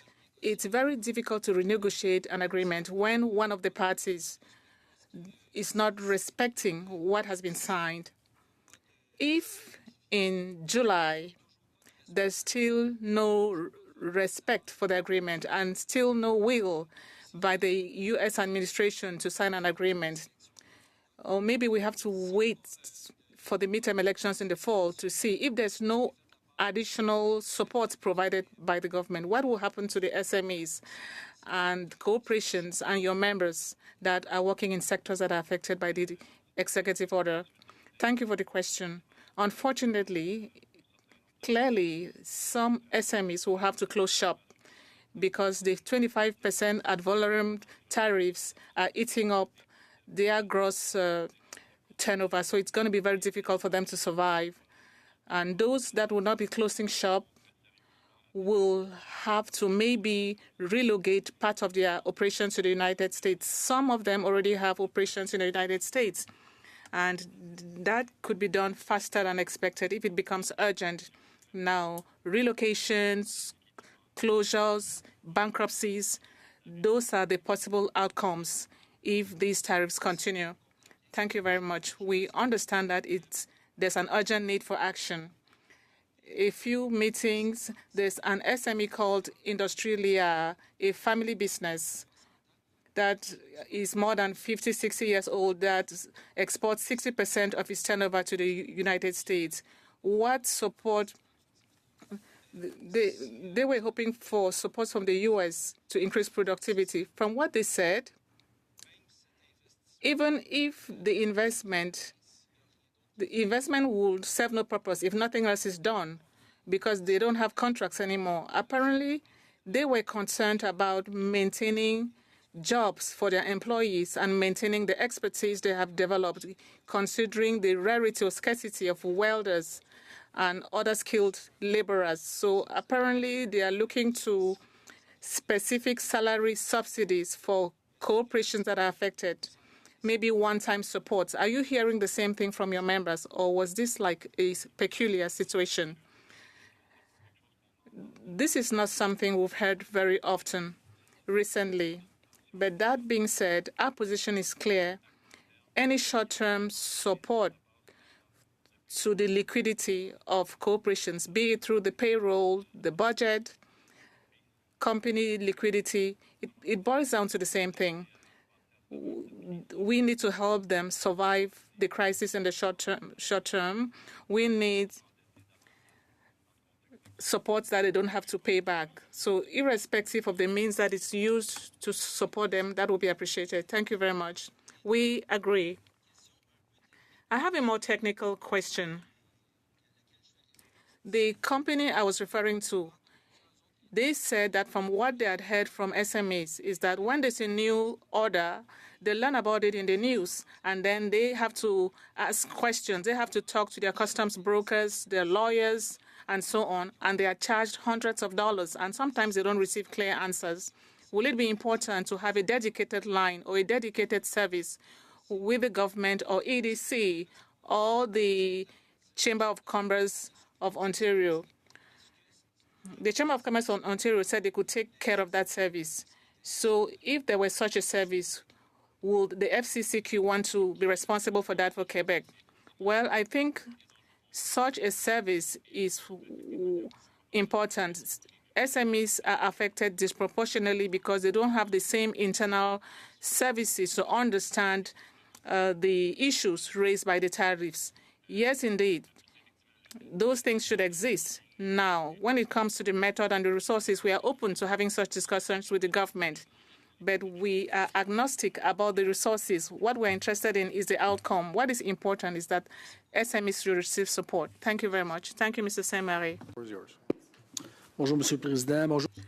Good afternoon, guest. Mr. Rio, Mr. Lavigne, my questions are for you. Particularly, Mr. Rio, you are responsible for economics and finance in the Chamber of Commerce of Quebec. We are major players in steel and aluminum in North America. That's something you know. We've been here for a year. The situation has been going on for 1 year. The entire time I'm here, we'll talk about tariffs. The Prime Minister promised victory, but the tariffs doubled. What is the current impact on our businesses in Quebec? What are the economic impacts? What are the corporations saying? The businesses are saying that it's unsustainable. At some point, given the former implementation mode, it was sustainable because there were no tariffs on steel and aluminum that was molded in the United States, but now it's different. Some people import American steel and aluminum simply because they have no alternatives produced in Canada for specific products which they produce. So there's that. And then also the 25% ad valorem tariff that is eating into the turnovers of many suppliers. That's unsustainable. What we're also hearing is that in previous contracts that were signed with American clients, some American clients accepted to absorb the tariffs because they were relatively low and only applied to the relative value to the metal products produced. Now it's a 25% ad valorem tariff. So now the businesses are realizing that the American businesses will not renew their contracts in the short or medium term. So the midterm consequences are they'll lose those contracts. Let me give you an example. There's a company that's a big player in North America. They have 50%. Others have 25%. Others have 50%. We understand that the situations are different. The United States has closed their doors for aluminum dumping. We did nothing. So what recommendations are you making in this regard? Our main recommendation that concerns retaliatory tariffs. As I said, let's come back to horizontal remissions for counter tariffs on American steel until counter tariffs are abolished. They were abolished last January. And on the counter tariffs themselves, our position is that retaliatory tariffs should be limited as much as possible to the finished products that are imported when they compete with equivalent finished products made in Quebec or in Canada. We don't want to block American competition as they do. So they should be fewer retaliatory tariffs on intermediary semi-finished products because they undermine our clients. It's been a while since we've been here. We've been hearing announcements. Our colleagues here have said they've been talking to the ministers, but there's no action. The situation has worsened, actually. So we all agree that we need to develop new markets. We are hearing new markets being announced. But unless the United States physically move, they are right next to us. Why don't we make the necessary efforts negotiating with the U.S.? Last week, I was with our friend, I'm trying to remember his name, Mr. Weissman, and he said we have to wait on the Americans to negotiate. I found that scandalous. Don't you think that we should work harder in resolving the tariffs with the Americans? Clearly, for Quebec businesses, those in your riding, it's going to be the same thing for others in Quebec. That's the priority. Diversification is important. Yes, it would be nice to have more diversification, but that will never replace the American market. They are going to remain our main business partner. The geography will not change. There's easy access. It's huge. So the priority of the Canadian government, as well as the priority for the Quebec government, should be to talk with the Americans, find allies, and resolve the issue. Thank you very much. Merci, Monsieur Groslo. Thank you, Mr. Groslo. It was yours for 5 minutes. Thank you, Mr. Chair. Question for Mr. Volpe. With your expertise, do you see the shift by the U.S. In trade policy as a temporary disruption or more of a long-term shift? It's a very good question. I think it's related to the men in the White House at the USTR hearings on December 5th, to which I was invited to give a deputation, the only Canadian industrial sector invited to amongst 149 witnesses. All those witnesses, no, I shouldn't say that. Most analysis shows that about 90% of those witnesses who were American were very positive about the CUSMA for their businesses and showed an incremental benefit from when it was signed. The president has decided that he wants to pick on Canada and Mexico and started his second presidency with it. He is not speaking the same language that his industry is. Thank you.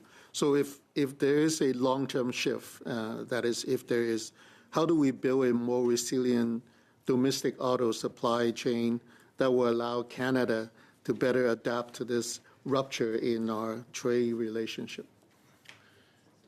What's difficult is that you can't change the geography and the return expectation. It's a 6 or 7% business. What's not difficult was in convincing the Americans that if you stopped parts from Canada and Mexico, you would shut the industry down. I warned about it. Linda Hasselfras warned about it, and a few others joined us after. Last year in May, we got a very quiet exemption from Commerce and CBP on parts. I think the question really speaks to what if we don't get that market back for cars? That's a really tough prospect for our suppliers. One of the things I said today at the Canada-U.S. Relations Committee, and I also been saying very publicly, is there is an opportunity to diversify locally, which is our defense spend. But we need to get more clarity on earlier defense ramp up, so be able to say to suppliers, look, we're going to build a bunch of stuff that rolls and a bunch of stuff that floats. And instead of that being in the 2030s, it's got to be in the late 2020s so that we have local diversification. Thank you. My next question is for Mr. Rayos. How would you describe the role that interprovincial economic integration plays into the shielding Quebec and Canadian firms from the sudden volatility of U.S. tariffs?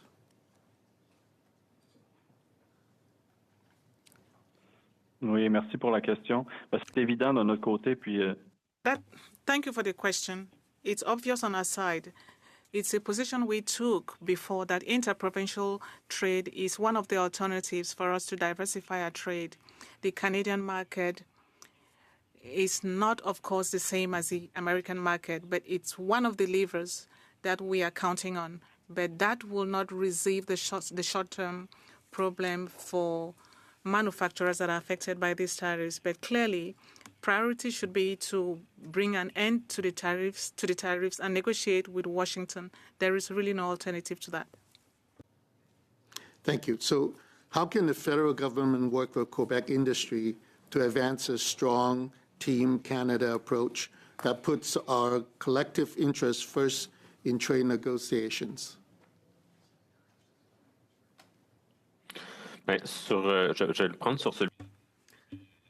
I'll answer that. I think the first thing that we are asking the government of Canada and Quebec is to work together as a team.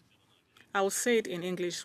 They have to show up, be in the United States, meet our partners, and it's not just the White House, but also the senators, representatives of the House, mayors, who are often allies because they are seeing the economic impact on Canadian, Quebec businesses in their localities. So by working with these allies, and this is something we have seen in many surveys, we have allies on the other side as well. So are you suggesting then that we cannot rush into this and it takes time to speak to all of these various stakeholders?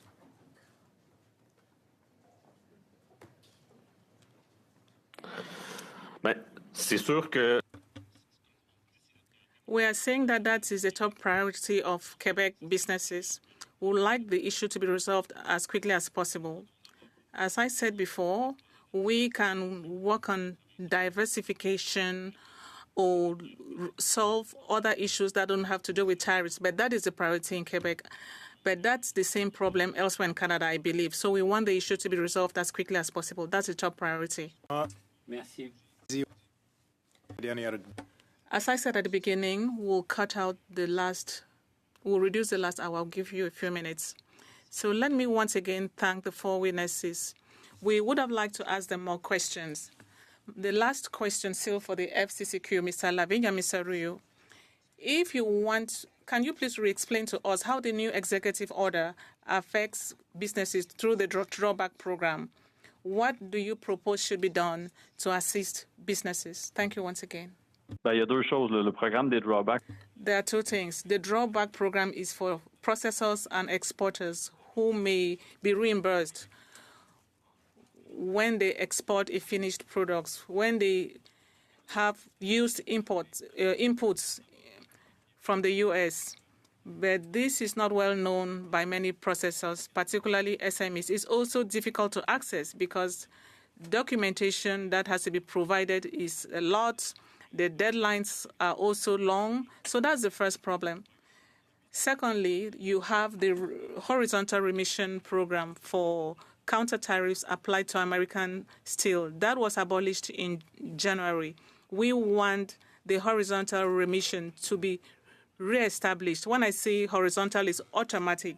It should be applied to all businesses that use American steel. So it's a problem. Thank you. Excellent. Merci beaucoup. Excellent. Thank you very much, Mr. Saint-Marie. Very well. Thank you, witnesses, for being here, Mr. Lavigne, Ryu, Albers, and Mr. Obes. Yourselves to the committee on very short notice. We know how much pressure there is on your time right now. We appreciate the insight and the guidance. Colleagues, what I'm going to do is suspend for about 3 minutes to afford everyone an opportunity to prepare for the next discussion. I had hoped initially, as I had raised at the outset of the meeting, to have a couple of moments to talk about future planning. I'm just simply going to move that to the end of Thursday's meeting. So if you want to let your teams know in advance now that I'm going to be adding an extra 30 minutes on to Thursday's meeting for committee business, might not have to be that long, but in order for us to figure out what the next week or two looks like, particularly given that we're on the verge of two consecutive break weeks. Having said that, I'm going to suspend momentarily, and I'm starting in a crisp 3 minutes. Suspended.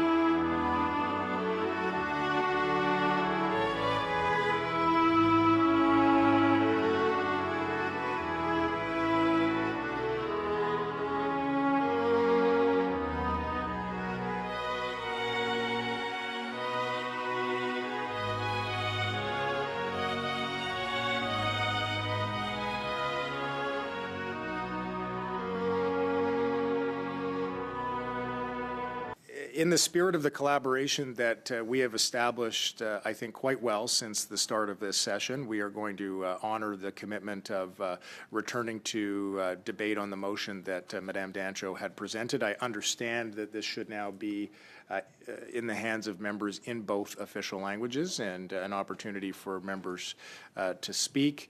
I did not have a speaking list. Mr. Bardisi and Ms. Borelli, just keep your hands up. You know how it goes. Okay, a lot of people want to speak. Mr. Bardisi, why don't you start, and as you're talking, I'll take note of whose hands were up. But just to begin with first, I saw Borelli, I saw Lewis, then I had Baines, and then I had Dancho. I have St. Marie, I have Grolot, I have Falk, and I have O'Rourke. Okay? The floor is yours, Mr. Bardisi. On the motion.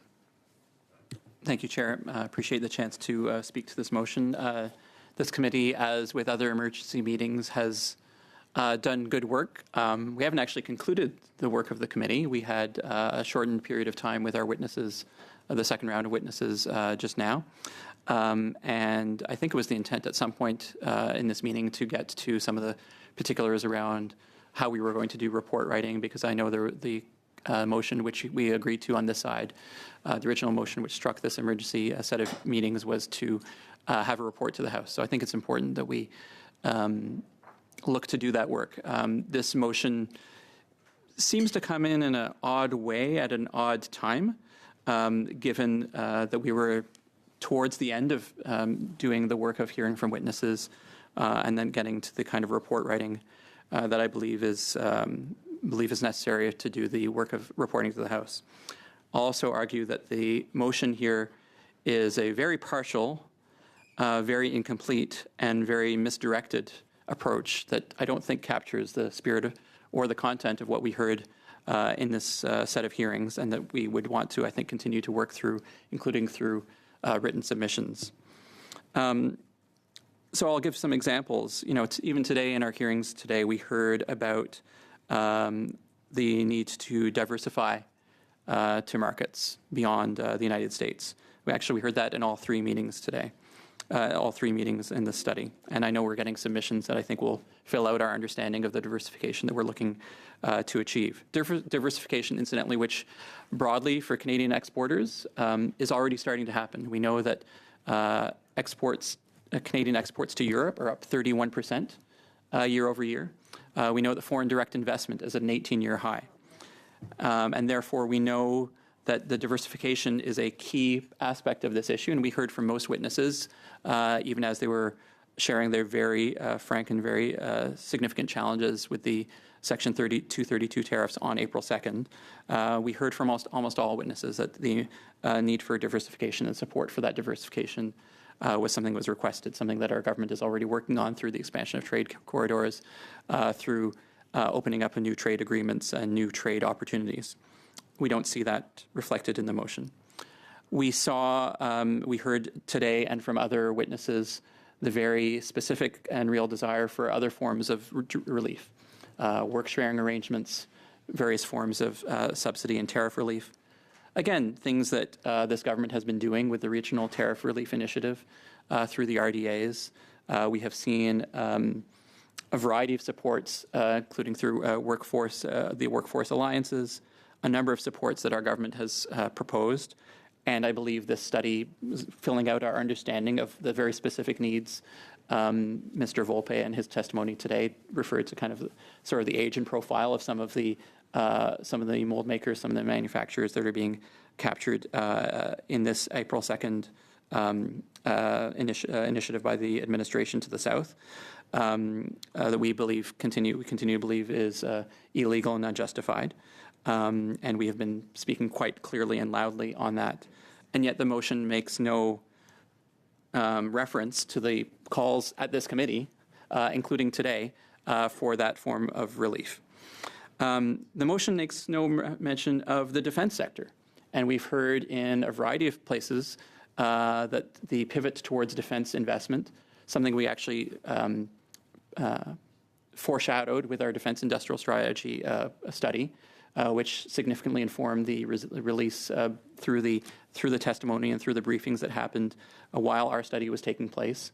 I think it significantly informed the government's defense industrial strategy policy document, which came out.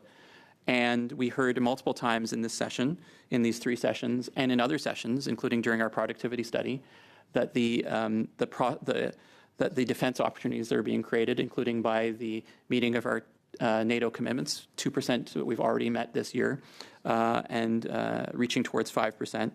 We know there's a lot of excitement in the sectors, some of the very sectors that are touched by this study, some of the very witnesses we heard from in the last 3 sessions, that there is an appetite to be part of that defense diversification. Again, not something that happens overnight, but something that we know from the testimony and from the other forms of supports that are available, that is going to be part of the response more broadly to this effort. And yet the motion does not touch on this. We heard I just wrote down Mr. Albert's quote from earlier today when I believe it was Mr. Ma or Ms. O'Rourke asked specifically about tariff relief and support for workers.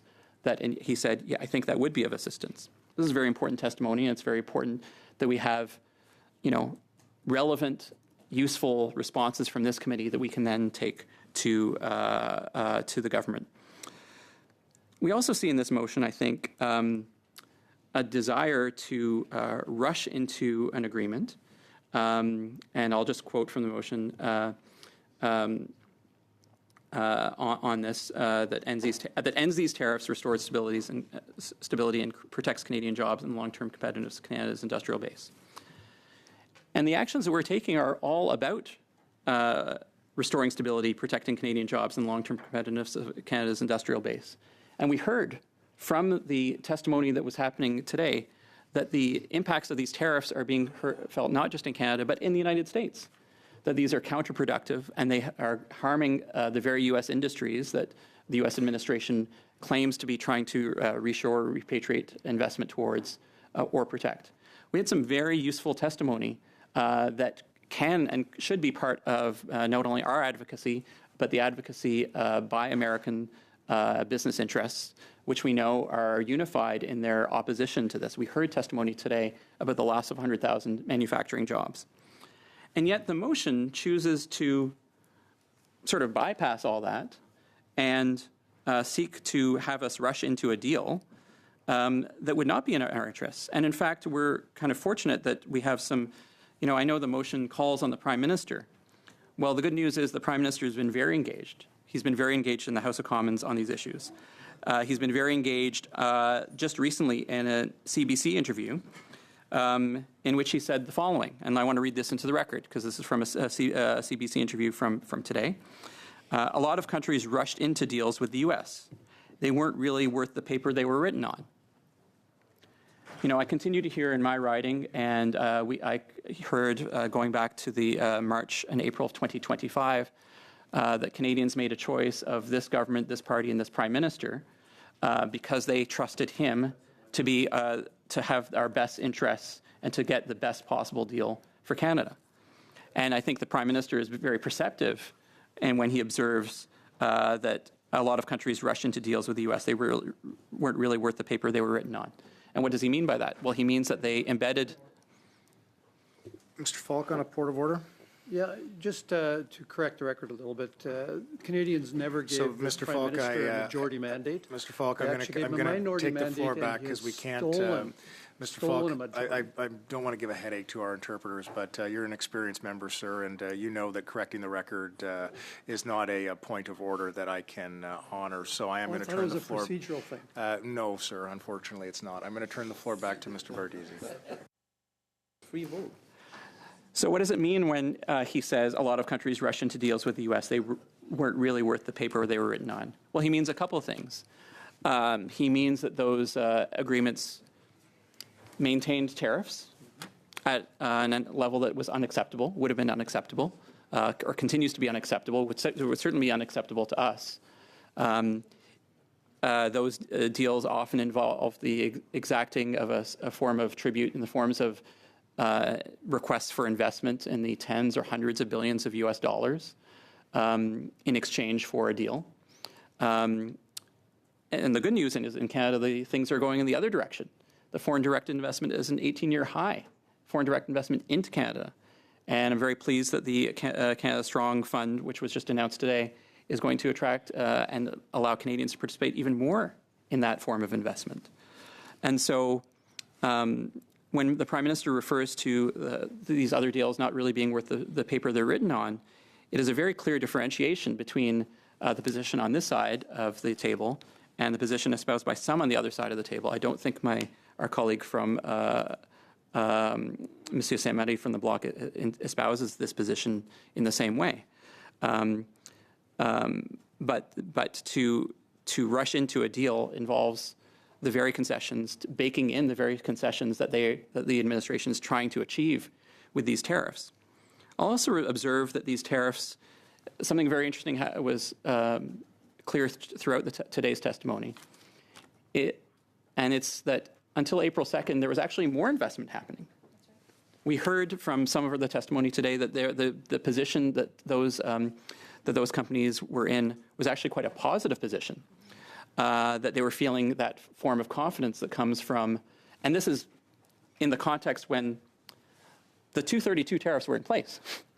So 232 tariffs are in place, and yet not at the level that they have been since April 2nd. And yet these businesses were feeling confident. They were feeling they were making investment. We've heard from, I know my colleague from Guelph, when it's her turn to speak, will mention Ms. Hassenfratz from Linamar and the kinds of investments that she refers to. We know that the kinds of investment that Mr. Volpe champions on behalf of his sector are ones that continue to be made. We know that their auto sector and the SMEs that serve the auto sector investments in the billions of dollars in the Ford plant in Oakville, the third shift in Stellantis, the Nexstar investments in Windsor, the PowerCo investment in St. Thomas. Investment is happening. Investment is happening despite the 232 tariffs that have been levied. And it's just the very specific April 2nd measure that has tipped these specific firms into unprofitability. It's something we take very seriously, which is why we agreed to the study and why we got very granular in terms of the hearing from the witnesses and trying to get some very specific tactical advice and tactical sense of what was required to come to their support. And yet this motion doesn't refer to any of that. This motion does not refer to the investments that have been made despite the 232 tariffs at the pre-April 2nd levels. It is a very specific set of decisions on April 2nd, which we know has had a very damaging impact because they are the tariffs are now applying to the full value of the good and not just the steel content of the good. The Prime Minister also said the following in relation to where things are at, and I think this is an important piece of counsel for members across the way. There's no value in misrepresenting your position, sugarcoating things unnecessarily, not being clear on where you're going to stand. So this motion appears to invite an invitation to conclude a deal. And, you know, the 101 on negotiations is something called a BATNA, best alternative to a negotiated agreement. And if you state up front, we must have a deal, you will get a bad deal. That is the demonstration of weakness. And on this side, this isn't just a political point, this is actually a point that can actually lead to real harm, because if the Conservatives continue to campaign on getting a deal at any cost, if the Conservatives continue to campaign on reviving an auto pact that is 3 generations of auto policy behind with no regard to the actual situation that we are in today, then we are at a real risk of the administration identifying that division within Canada and exploiting that towards trying to drive the deal that is most damaging to Canada. We have had a taste of this in the past. We have not had the member for Bowmanville, Oshawa North sub into this committee, but I know that he, in his visit to the U.S. And to the White House, made some representations about how Canada was dealing with this negotiation, which were damaging. And so to have the member from, to have his public remarks about his White House visit, in the absence, apparently, unfortunately, of the conservative international trade critic, with whom we could have, I think, collaborated in a more collegial way on a common set of objectives. That was a damaging intervention. And now this intervention, which calls to finally deliver an agreement, finally, not recognizing, I think, that that the Prime Minister, through his leadership and through his interventions, have actually been doing the key work of protecting a number of sectors, and that the work to be done by this committee is to hear the real felt needs of the mold makers and the associated sectors, chemicals, plastics, we've heard from a few automakers and others, to find those really tactical supports that government could then use and respond to, I think is a real error in judgment. I saw the wording of this motion and I wondered, should we invite the Conservatives to amend their own motion to say the committee call on the Prime Minister to capitulate, to say that we'll sign any deal? Because when you lead with, we will do a deal, and forget the details, or the details that are from an era that is 30 years gone, then you're basically calling for capitulation. The Section 232 tariffs under this Trade Expansion Act of 1962, which allow the U.S. Secretary of Commerce to investigate the effects of imports on national security, giving the President authority to adjust imports via tariffs or quotas if a threat is found.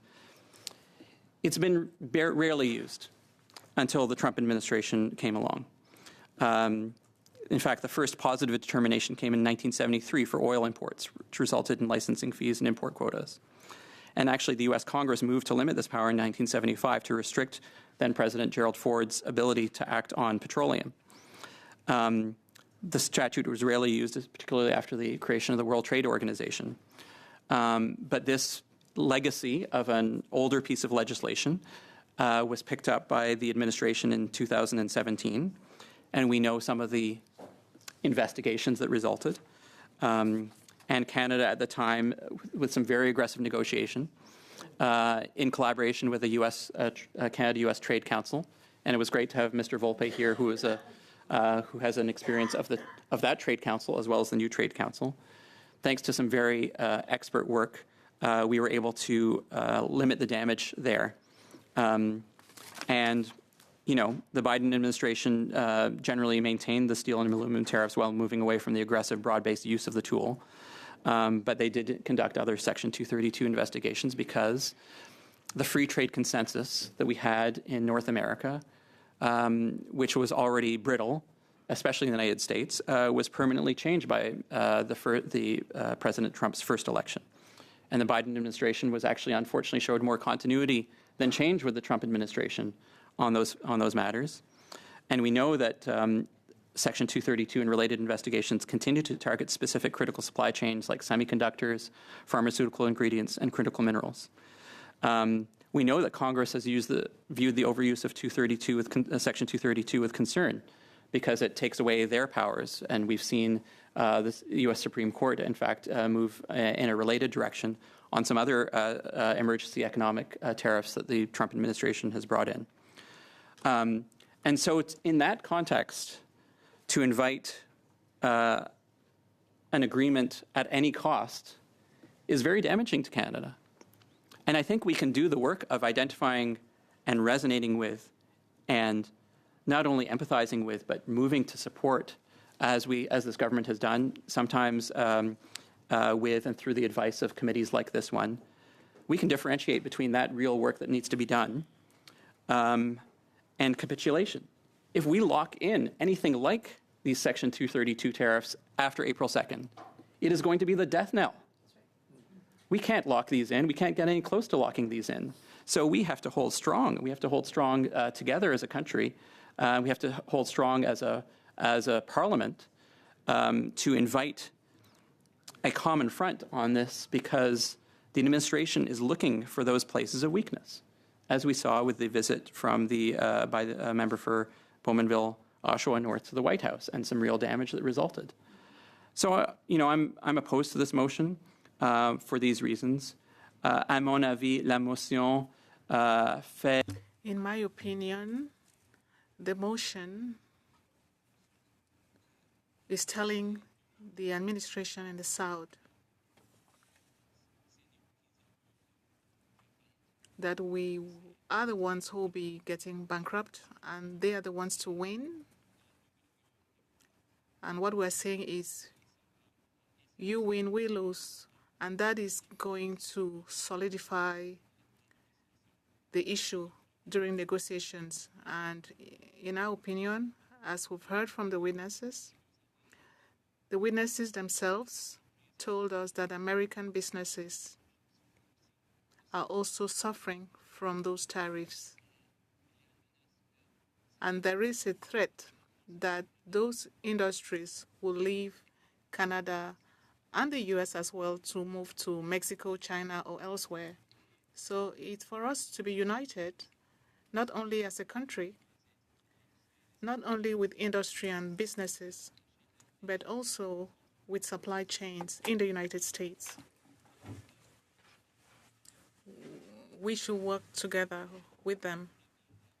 In my opinion, and for those reasons, we are against the motion. It's not in the interest of Canada. We want to pursue the Prime Minister's leadership, who even today reminded us that this agreement, irrespective of the cost, hurts the country, and we need to remain strong, united, and together. Okay. Thank you very much, Mr. Bardisi. Ms. Borelli, the floor is yours. Thank you, Chair. Before I start, I want to say that I want to comment in regards to something that Ms. O'Rourke said when she was questioning witnesses. She misrepresented my words by saying that I said that shop owners didn't want any financial relief. So, Ms. Borelli, I did not say that at all. I'm going to have to interrupt here because this is, I'm going to give you a minute to get to it, but if it's not related to the substance of the motion that we're dealing with right now, which maybe it is, maybe it isn't, then it's not admissible. So I'm going to hear you out for a minute, but I just want to caution that this has to be relevant to the topic at hand. Thank you, Ms. Borelli. Yeah, look, we all heard the same testimony. We were all here listening to those witnesses for the last 3 meetings. And I'm sure that the other side, you guys over there, you heard the same testimony I heard. You heard business owners say there are some companies that will need relief. Some of us, most of us can hold out for 2 to 3 months, but that's it. Otherwise a crisis is absolutely imminent. So Ms. O'Rourke said that I said that people don't want any financial relief, which if you like, I can tell you my exact words. Okay, so Ms. Borelli, again, this is a matter that under a different circumstance you could certainly take up with Madame O'Rourke, but in the context of a debate on a motion that does not have to do with the issue at hand, I'm afraid that I can't rule that in order. So I'm going to have to ask you to either continue in a way that's going to bring it back to the motion, or ask you to speak to the motion, or ask you to relinquish the floor. Thanks, Ms. Brooks. No, I'll definitely speak to the motion. Thank you. I just wanted to point out that it's disrespectful to misquote another member of this committee. So the motion, Mr. Bardisi spoke at length about why he wouldn't support the motion. And he talked about rushing in to a decision, rushing into a resolution. And I don't understand what he's pointing out, because I don't see the rush. Promises were made over a year ago. We were promised a resolution by July of 2025. So far, we've had no movement. We've had no improvement. We've only had tariffs that are worsened and put a bigger burden on our companies, put a bigger burden on our economy, put a bigger burden on the ability for Canadian businesses to work and to provide work to their employees. We're talking, businesses have already started closing. This is huge. So to talk about not rushing Why would you not rush when we are at risk, in my community at least, of 48,000 jobs being gone and with an economic impact to 150,000 other jobs, or all total 150,000 jobs. And, Ms. O'Rourke pointed out, I don't want to misquote you, but I believe you said that Guelph is in a similar situation, and that you do understand the impact to the companies in your community. So I don't understand why you wouldn't want an immediate resolution for this. This is not something that can be waited on. When these companies close, they're never coming back. You've heard testimony in that regard. Why wouldn't you want to act right away, now, today? Why shouldn't you want to request a meeting with your leader, with the Prime Minister of Canada? You guys can request a meeting to let him know how imminently negatively impactful this will be, how bad the situation is, how, when I talked about the numbers in my community. What are the numbers all across Canada? Do you know that if these companies fail, that it's going to be a huge impact to our whole manufacturing in Canada? It's going to trip them up too. These companies make the tools that let manufacturers build and do their work. And they're closing, and they're moving to the United States, and they're being asked to think about pivoting. I mean, this is a huge problem. Do we want to rush? Yes. Is this a rush when we've been sitting on this for a year, almost a year? We've been told since April of last year that there would be resolution to this tariff problem by July of 2025. We've been told that. We've been waiting. We've been praying. We've been hoping. And nothing's come along. It's just gotten worse. If those negotiations had been performed by the date that they were promised, this wouldn't be a problem. These 232 tariff increases would not be a problem today. So, yes, is it important to rush? Is it an immediate need to have the Prime Minister address this? And shouldn't we be taking that message? Shouldn't you, the Liberal members of this committee, be taking that message to the Prime Minister? This is not something to worry about rushing over. It's not a rush. Over a year of talking about relieving tariffs is not a rush. So I am in favor of this motion. I support it.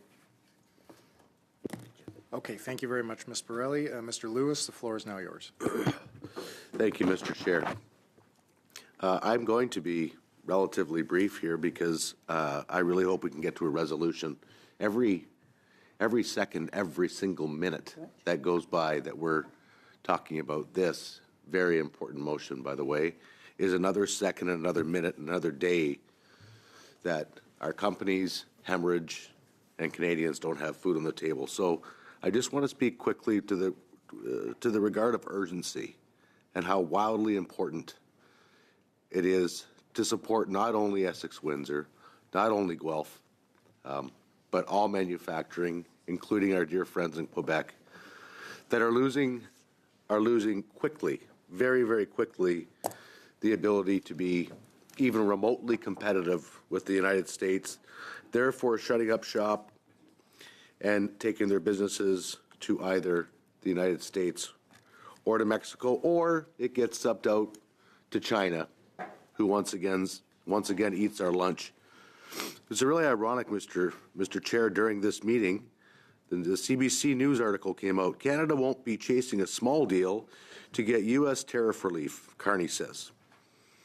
He goes on to say, Carney told CBC News, The National, that the Canadian side is ready to work on a deal that would see some of those tariffs lifted, but added he's not interested in making or in quickly achieving a small deal. We need a good deal in the right time, and what we don't need is chasing a small deal that disadvantages us. Then he goes on to say, we could sit down, and by the way, he sounds a lot like President Trump when he says this. We could sit down this afternoon and hammer out the whole thing out over the course of 10 days if the U.S. side, which has other things to do, I acknowledge that, had the bandwidth and the inclination to go through it, Carney said. But it takes two to negotiate it, though, and they're not all the way there. Well, the truth of the matter is, Mr. Chair, I'm pretty sure the Prime Minister is going to have to be in Washington to negotiate this, or at least invite President Trump up here. So those words fall relatively flat, in my opinion. So all that to be said, Mr. Chair, is, and I really do like this committee, by the way. I think it's been very, very, we've got a lot done in 3 meetings. But now it's time to get the study done, present it in the House, and figure out which backstops that we can get for our businesses so that we don't lose an industry that will be gone forever. We don't lose great Canadian paying jobs that will be gone forever. And we can remain the leader of auto, the leader of molds. Perhaps if people were really strategic, they would ask questions such as, perhaps it was an oversight. Perhaps if we just added the word mold on the end of the exemption list of the Section 232 tariffs, perhaps we could get somewhere. So I believe that collectively we need to have level heads. I'll be adults in the room and just move this thing forward. But I would definitely support the motion. Thank you, Chair. Okay, thanks very much, Mr. Lewis. Just going to remind colleagues of where we're at on the speaking list. Got Mr. Baines, followed by Madame Dancho, suivi par Monsieur Saint-Marie et Monsieur Gourou-Lo, puis Monsieur Falk, puis Mr. Falk. Mr. Baines, the floor is yours. Thank you, Mr. Chair, and thank you to all of the members here that this is an important committee. We all understand the work that we're doing here, and Mr. Lewis made some really good points there. We're working on some great studies and more to come. We'd like to get to the work, and we'd like to see reports come out and recommendations be delivered and taken into consideration. And that kind of work is really important, what we do here. And I appreciate the passion Ms. Borelli's brought to the committee. Fighting for your community is extremely important. It's why we're all here. And, me being a British Columbian, I think I'm the only Pacific member that's here, and I represent, the Pacific Northwest Economic Region. If you look at that specifically, it amounts to $1 trillion worth of GDP. Those member states and member provinces, including Yukon, and that's a big deal. And I think one thing that's missing from here is Ms. Borelli brought the point forward about, we do need to rush. I think that, and Mr. Lewis actually answered, we have to understand who we're dealing with. The people on the other side, and I had the opportunity to visit Olympia, Washington. I worked with the Pacific Northwest Economic Region, visited there. Many of our members here, our chair of our committee, we went to Washington, D.C. We've made several visits, not just people that are part of specific committees, ministry level, all MPs, because we all care. We all care about what's happening across the border and what that means to us. I have 110 million pounds of seafood that's offloaded in my harbor annually. That goes down the I-5 into Washington State. They have issues around, they need our potash, they need our fertilizer, they need things that are important to their wine sector down there. And we can even talk about, I come from an aerospace background, so I have a strong understanding of the relationship. We have Boeing. It has been in my city for over 100 years now. And, and a cool fact is the first flight Boeing took was the Canada Post to deliver mail from YVR to Seattle Airport. So I think that the relationship that we talk about and the passion that everyone wants to bring forward and use towards negotiating things. We've tried that. We've done that. Many of us have gone there. I spoke to members from both sides. You know, we've had senator reports written. We've had not only Republican but Democratic members come to the table. We've had Congresswomen that's chairing the the Ways and Means Committee brought forward the motion to calling the tariffs illegal. We've seen movement from Republican representatives that are now speaking up as well. And beyond the Penwar states that make up 5 states, 5 provinces, and including territories, you have 36 states that are now actively working towards a motion to be brought forward in their state legislatures where they're looking at a CUSMA, USMCA deal that would last 16 years. Everyone's working actively. There are a lot of people that we're hearing from that are also probably saying, just like Ms. Borrelli, you're saying, like, we need to get to something and we need to rush. It's not happening on both sides because I heard one statement every meeting, and maybe the chair and others can attest to this. In every meeting I took in the United States, whether it was Washington State or in D.C., we would give them a series of facts on how important Oregon State benefits in machinery to the tune of $1 billion annually, and they make more money off of us. Spokane, the Spokane region, Representative Congressman Baumgartner, I spoke to him. He didn't even know. But when we did inform them of some of this information, and they knew what they were missing out on because there's no deal, they said, it's up to the president.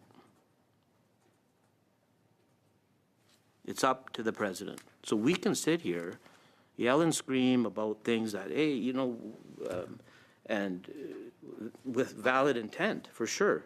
But if we talk about rushing into something with someone who's very clearly not making decisions one way on one day and in another way on another day. So I think that has been very apparent, and I don't think any of us are missing out on the social media that he himself is involved in.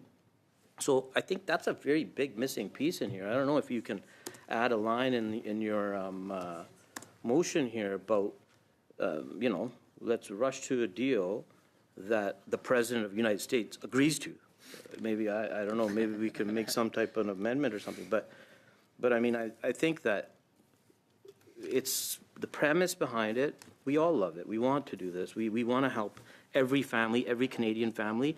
And this study specifically was extremely important to hear how much impact the mold making and tools and dyes. I come from, like I said, the aerospace industry many, many years ago for sure. But every industry that I've been involved in, I've built homes. So I understand. I'm from British Columbia.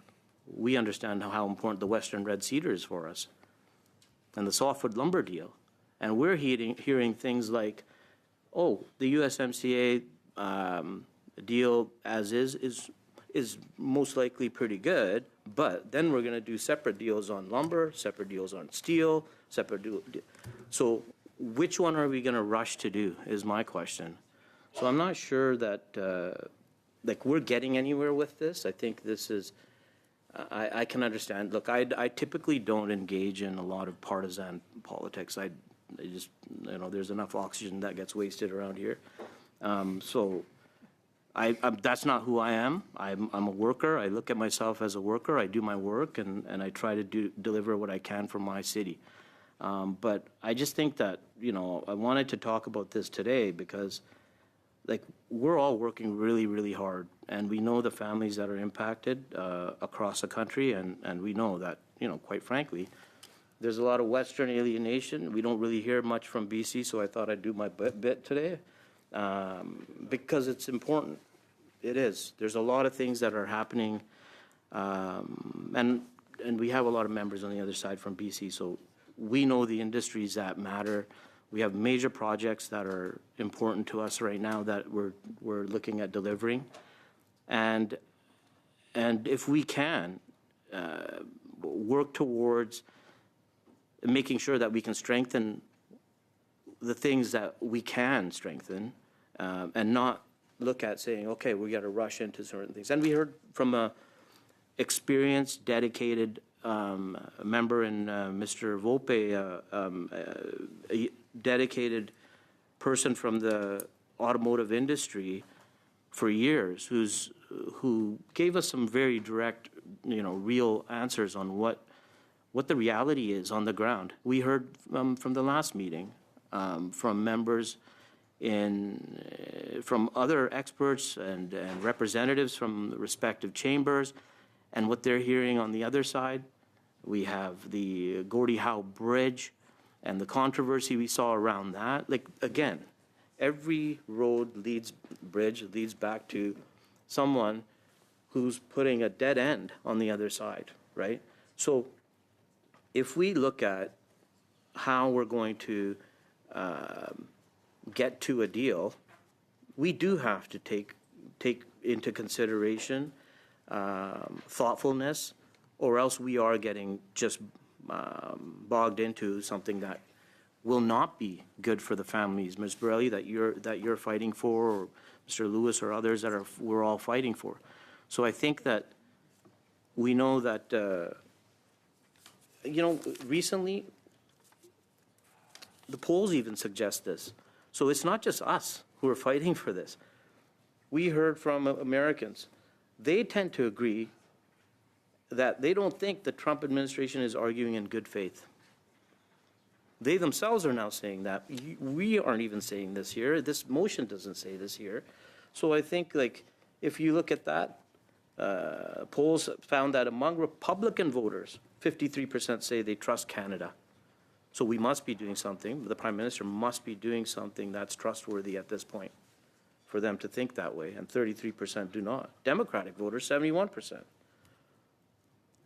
So we are now in a situation where that many of us come from a wide variety of different sectors. And we all are fighting for those things. And if you look at just a couple of, I'd like to share some thoughts from recent senators, what they're saying on the other side. If I can find it, because I don't want to misquote.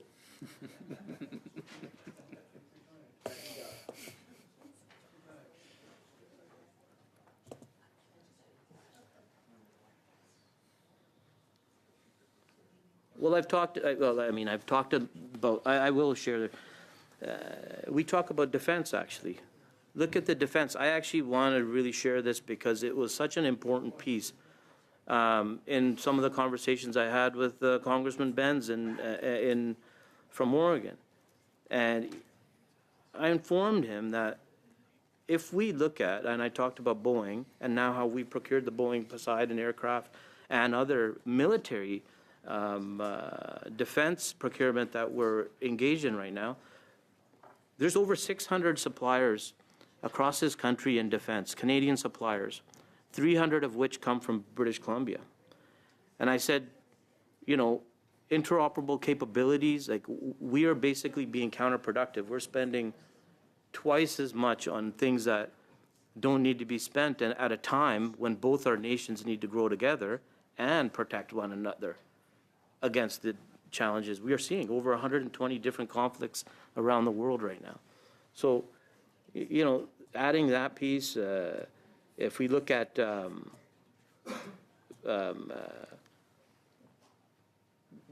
everybody from, let's say, the corn growers, Canada and Mexico are two of the largest markets for American corn growers, and USMCA has been vital to making that happen.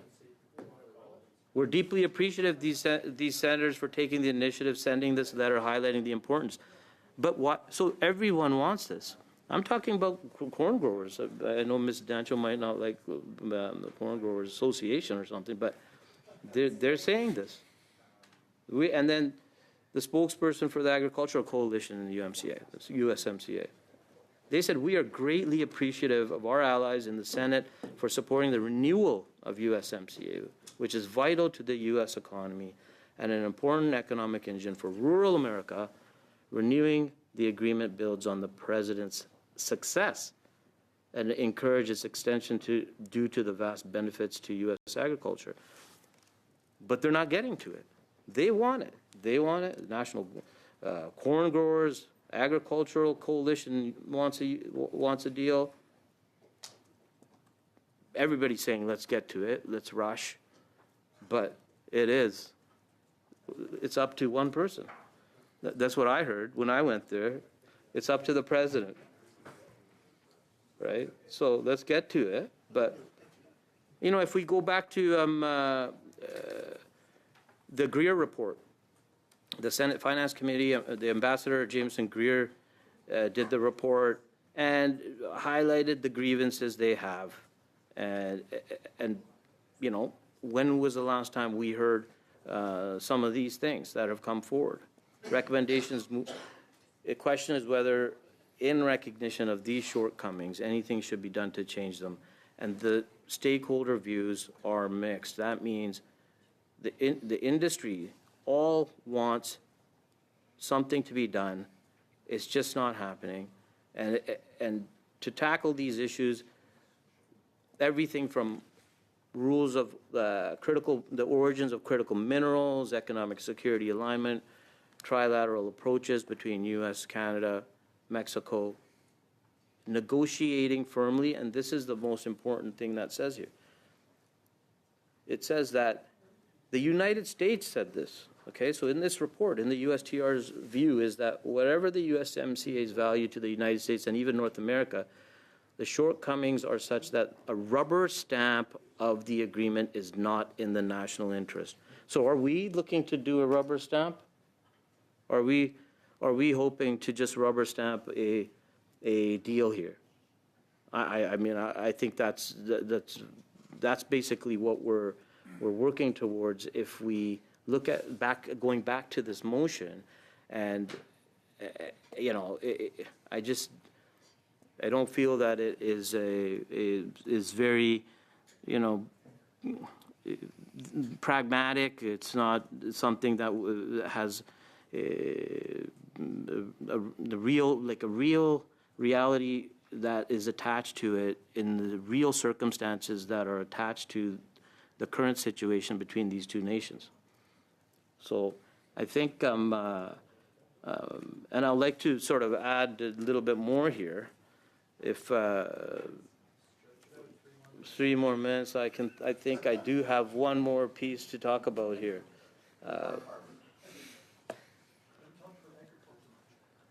You know, I do want to, because again, I think not enough has been said about the relationship between Washington and British Columbia. So I'll, you know, Washington exports $2.2 billion in services to Canada, right? We're talking about just in travel alone, $482 million. Telecom, $441 million.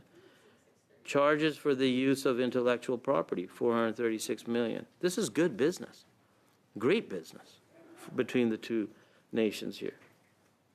Just in Washington, $7.9 billion in goods. That's agriculture, chemicals, energy, equipment. Who doesn't want this?